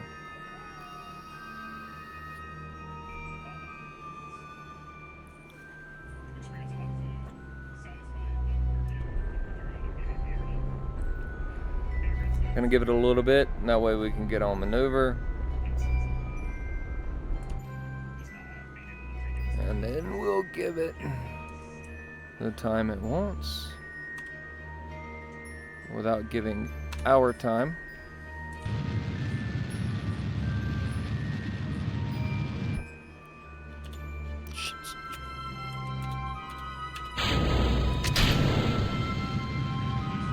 Now this is a lot faster.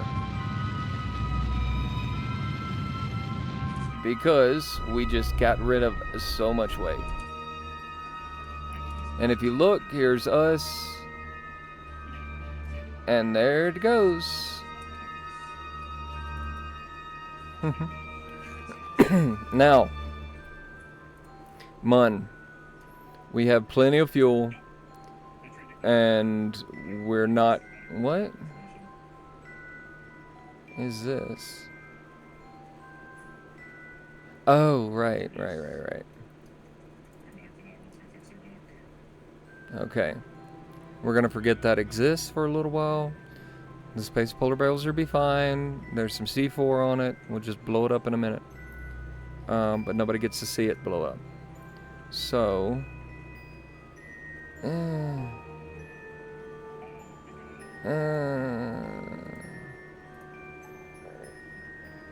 let's see if we find a spot that we want to land at. See, ideally, this would be on the light side of the moon.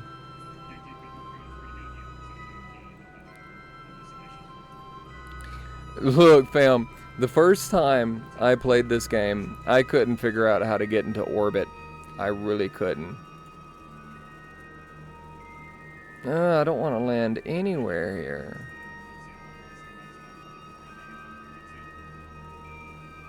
That's where I want to be, but that's a year away. A month away, I guess. Alright, we'll try and land...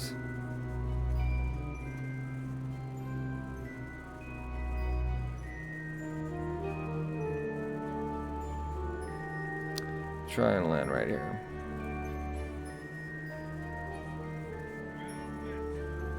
Count for the rotation.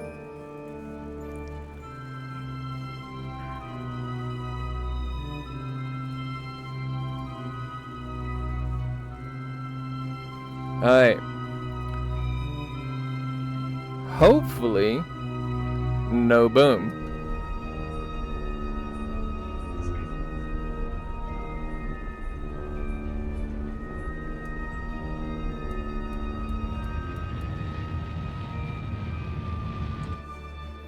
Alright.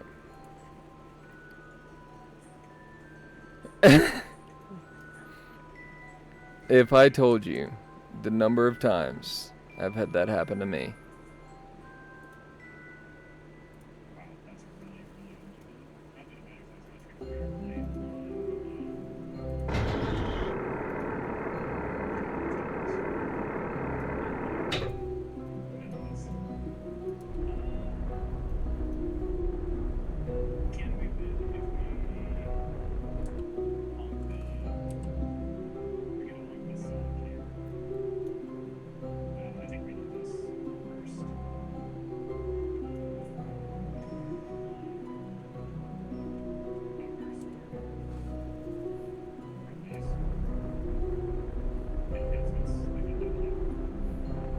Yeah, there's actually a lot of mods I need to get that I don't have. Like, the one that shows you where you're going to be landing on this screen. I'm trying to kill off most of my velocity because I don't want to land in there.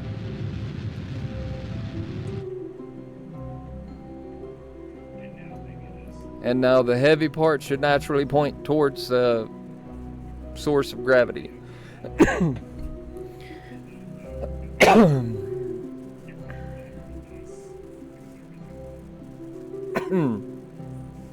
Also, you see this? You see the difference in 10,000 and 7,000? It's 3,000 feet, man. I mean, I killed Jeb and Bob. Alright, here we go.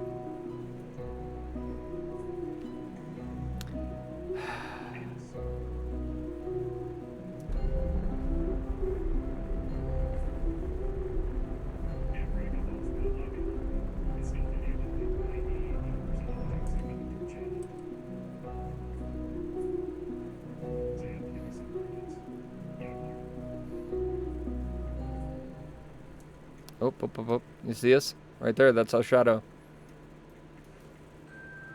That gives us an inkling of how close we are to the ground. Oh, this does not look like a good place to land. What's that? Something to do science on.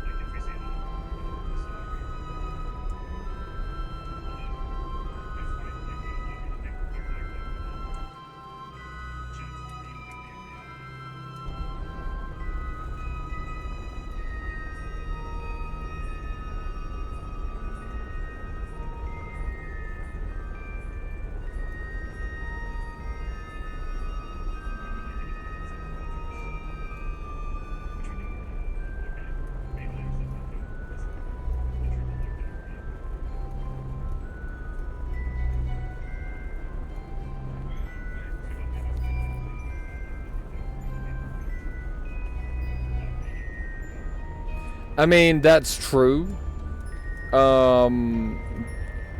We do need to ramp up thorium.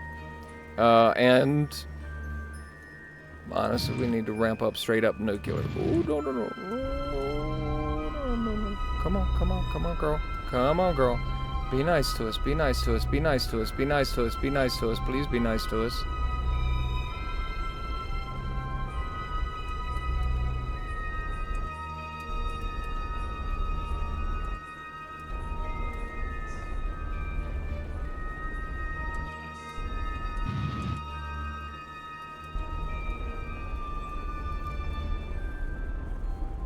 Do this like I know what I'm doing.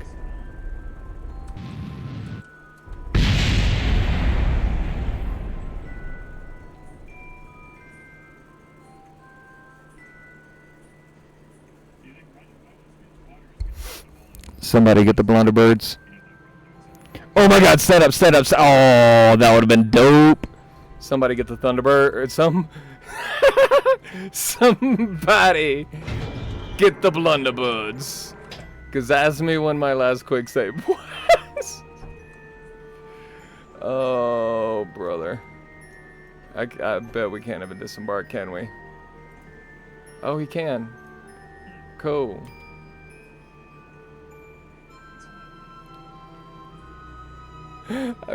We almost landed it too. Okay.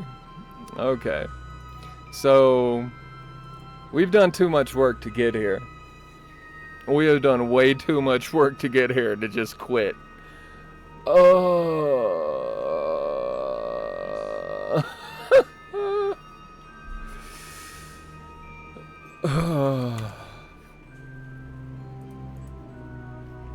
Okay, we're gonna go ahead and do the science. Yes, I think those are dope. I think those are really cool. I don't foresee them. Wait, I don't foresee them being.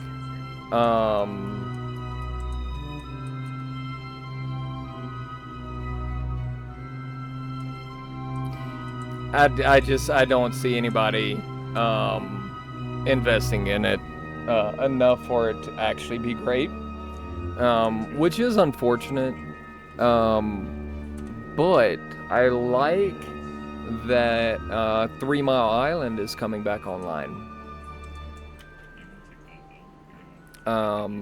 It's actually great for the future of science.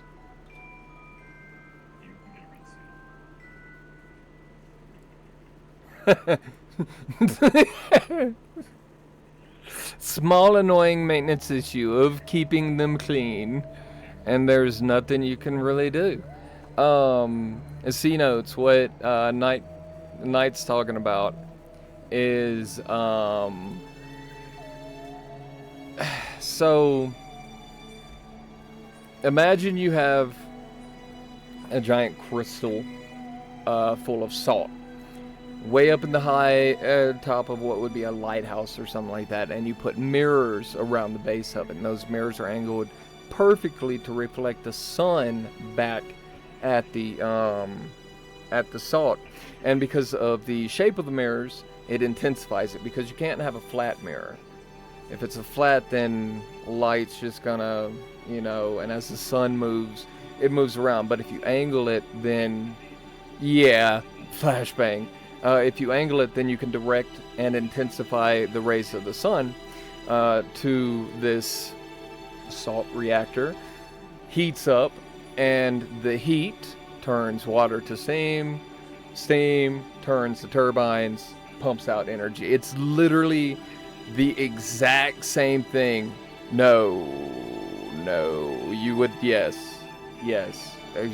There was a building made in I think it was England, and the angles of the glass on it was melting cars. Yes. But it's the same way a nuclear reactor works, except different mechanism. Nuclear reactors, all they do is heat up water, turn the water to steam. The steam turns a piston. Piston makes engine, or makes electricity. Yeah, it's not our fault. Your car must be bad. And then for years they were trying to say no, and in the end, the building was fined, and they had to put a coating on I think, on the windows to keep it from reflecting the sun so much. It's really cool. It's really cool. Uh, oh, I didn't give him a science bag, so he can't do um, science outside, which sucks. But we're gonna have to. Ah! Yeah, yeah. It was melting cars. It was melting the cars of the people that worked there. Um, but same thing. Same thing. Just more controlled.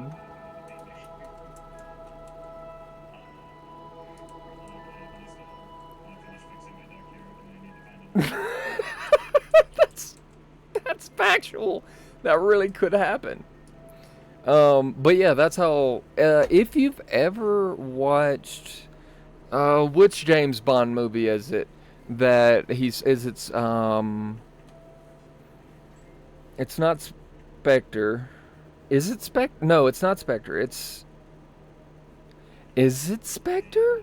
But the final showdown takes place, and you see all these mirrors around a building that's standing up really high, and that's what it is. It's a salt reactor. Mm-hmm. That's what it is. Okay, so check it out. Night. Thank you desperately so much for coming in and hanging out with us and feeding this. Normally on stream I play Overwatch, but um, the way this stream has gone has told me, um, at least during the week, probably gonna be playing Kerbal. Um, if y'all want, I have some other spacey games. I have some other scientific games. I have City Skylines, No Man's Sky, which I do love No Man's Sky because there's so much based in science in the game, and the way the game was made is just cool. Surviving Mars. Um, I think I'm gonna play a little Surviving Mars tomorrow. Probably a little bit later in the stream. I'm still gonna give my first few hours of the stream to Overwatch. It's gotten me to where I am now, so you know. But I'm gonna be honest. Um, C and Nighthawk. Um, and there was one other that came in. Haven Stranger. I just read that chat all the way through. Um, yes, I did add a heat shield and a decoupler to a pod that already had a heat shield and decoupler. Yes, I did. That is definitely something I did. Um, but I think we will. We're definitely going to continue this. Um, and I'll give a couple hours to KSP pretty much every time.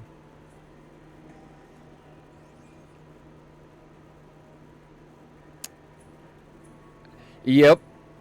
Yep. Well, I mean, come on. Texas is a war country, right? Um, they don't want you to.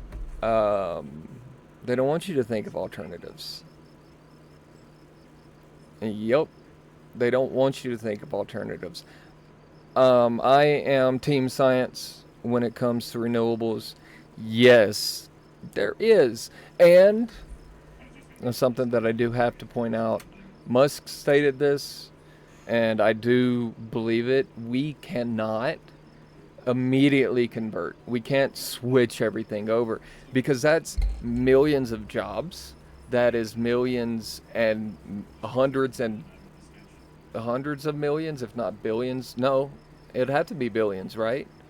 Billions of dollars a year. That millions of dollars in training. I mean, If you take 10,000 people who work in the oil fields and say, okay, now you're going to operate this nuclear reactor, get Chernobyl again. But it does need a transition. It can't be a slow transition, but it can't be an immediate transition.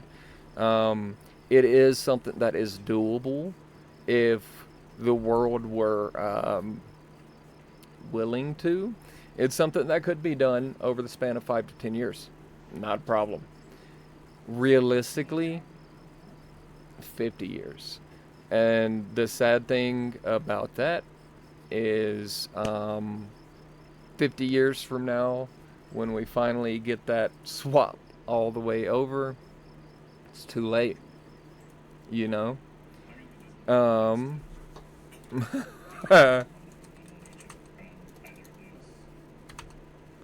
um, but it'd be cool to see happen. I'm fearful of things that won't happen in my lifetime. And that's the sad thing.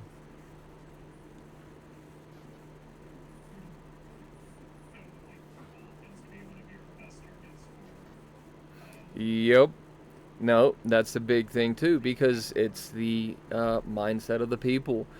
They don't want to switch over. It's not easy to, right? And since it's not easy, why should we do it, right? What we have is working. Why change it? Except, um, we'll end the world. We will. We are going to be the destruction of it. Um, and if you look at the Fermi paradox, you look at the great filters. Um, yep, exactly. Now, I will say, as someone who is an infantryman in the army with a small uh, given skill set, but a lot of other things that I can do, um, it's harder for me to make that switch too. You know, switching from that life to this life is very difficult, and it's the same thing for them. And I get it, I do, but the ignorance of the argument is my um, the thing that I take against it. The ignorance of the argument, because the argument is um, it would cost too much. We can't do it. What about Chernobyl? What about 3 Mile Island? What about Fusaki? You know what I mean? No. First of all, those are probably the three most major nuclear disasters ever, right? Chernobyl happened. Correct. It's, yes. Chernobyl happened because before the reactors were put online, okay, they had to go through a whole bunch of testing and stuff. Those tests were not done and completed. They were just marked off on and said, you're good to go to light it up. So, Chernobyl was running some of those tests because they still had to be done, right? You still had to know. And while running some of those tests, they took too many safety mechanisms online. It was human error. The reactor would have worked just fine if it weren't for hubris. And that's what it was. Now, was the reactor a ticking time bomb? Yes, because it had a void space, which means there was a pocket of air inside of their cooling, if you will. And because of how fast it heats up, which is what caused the accident, the water heated up so fast that it flash boiled. Boom. Right? Because there was room for it to. If it was fully contained, right, with no air, it would not have been as big of an issue. Um, and then 3 Mile Island, okay, cool. Go ahead, look up the numbers and tell me that was a nuclear disaster. Go ahead. It, you know what I mean? There was a reactor that went offline. It melted down, except it didn't. They took it all offline before it could. That was, there was a faulty valve that caused 3 Mile Island, and because that valve failed, the reactor overheated. And then what happened? Well, humans stepped in, we took over, we made sure it wasn't a problem. It did. Exactly. It melted further than it was supposed to, but because we interacted, it wasn't it wasn't a disaster, right? And then if you look at is it Fukushima? I know I'm getting the name wrong, but um, look at that. That wasn't. Yeah, a lot of people got displaced, um, but the way it was handled, um, honestly, the way it was handled was the way it was supposed to be. Um,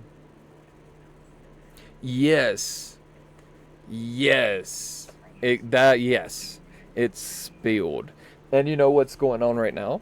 Well, they are mixing that water back into the river because it same thing as flying a ship in space. If you take one radioactive isotope and you put it in 1 million gallons, which I don't think it's they're putting in that much, but still, that one radioactive atom's not going to hurt you. Period. Right, and that's why you can visit these places today. Where can you not just visit? Aside from the fact that it's war torn right now, Chernobyl. You cannot just visit Chernobyl. Um, and once you're inside the containment area, it's, you know, um, um, Kyle Hill is a science YouTuber that I love because he breaks down a lot of the engineering, and he gives much better explanations to those.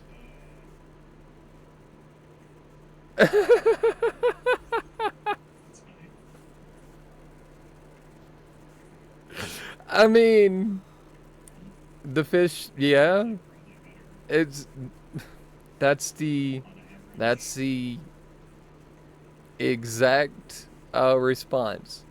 Um, but no, because 10 times the normal radiation they get is still within healthy limits. Plus, when you cook fish, you clean fish, you're cleaning all that stuff out, you're cooking it out. That's what's made humanity humanity.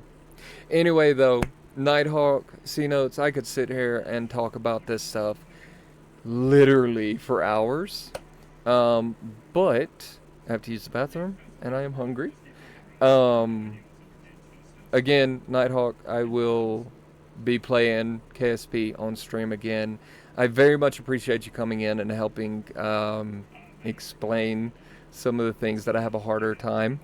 I can't remember who said it, but it was stated, um, if you claim to be an expert in something but cannot explain it to a 5-year-old in words that they would understand, or a fifth grader or something like that, then you're not an expert.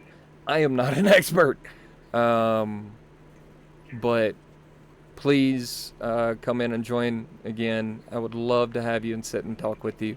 But for now, we're going to call it here. Um, and don't forget 10,000 hours to become an expert. Don't forget, though, please click some of the links that I have down in my profile. My Discord's there. My YouTube's there. There's not much there yet because it's all new. but I would love to have you.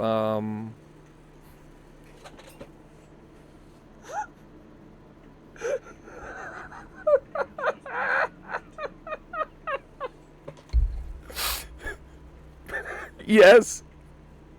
Yeah. Yeah. No. I feel that. Um, but yeah, join the Discord, and I would love to have you come out again. Um, and for everybody, thank y'all for coming out. Thank y'all for hanging out and talking with me.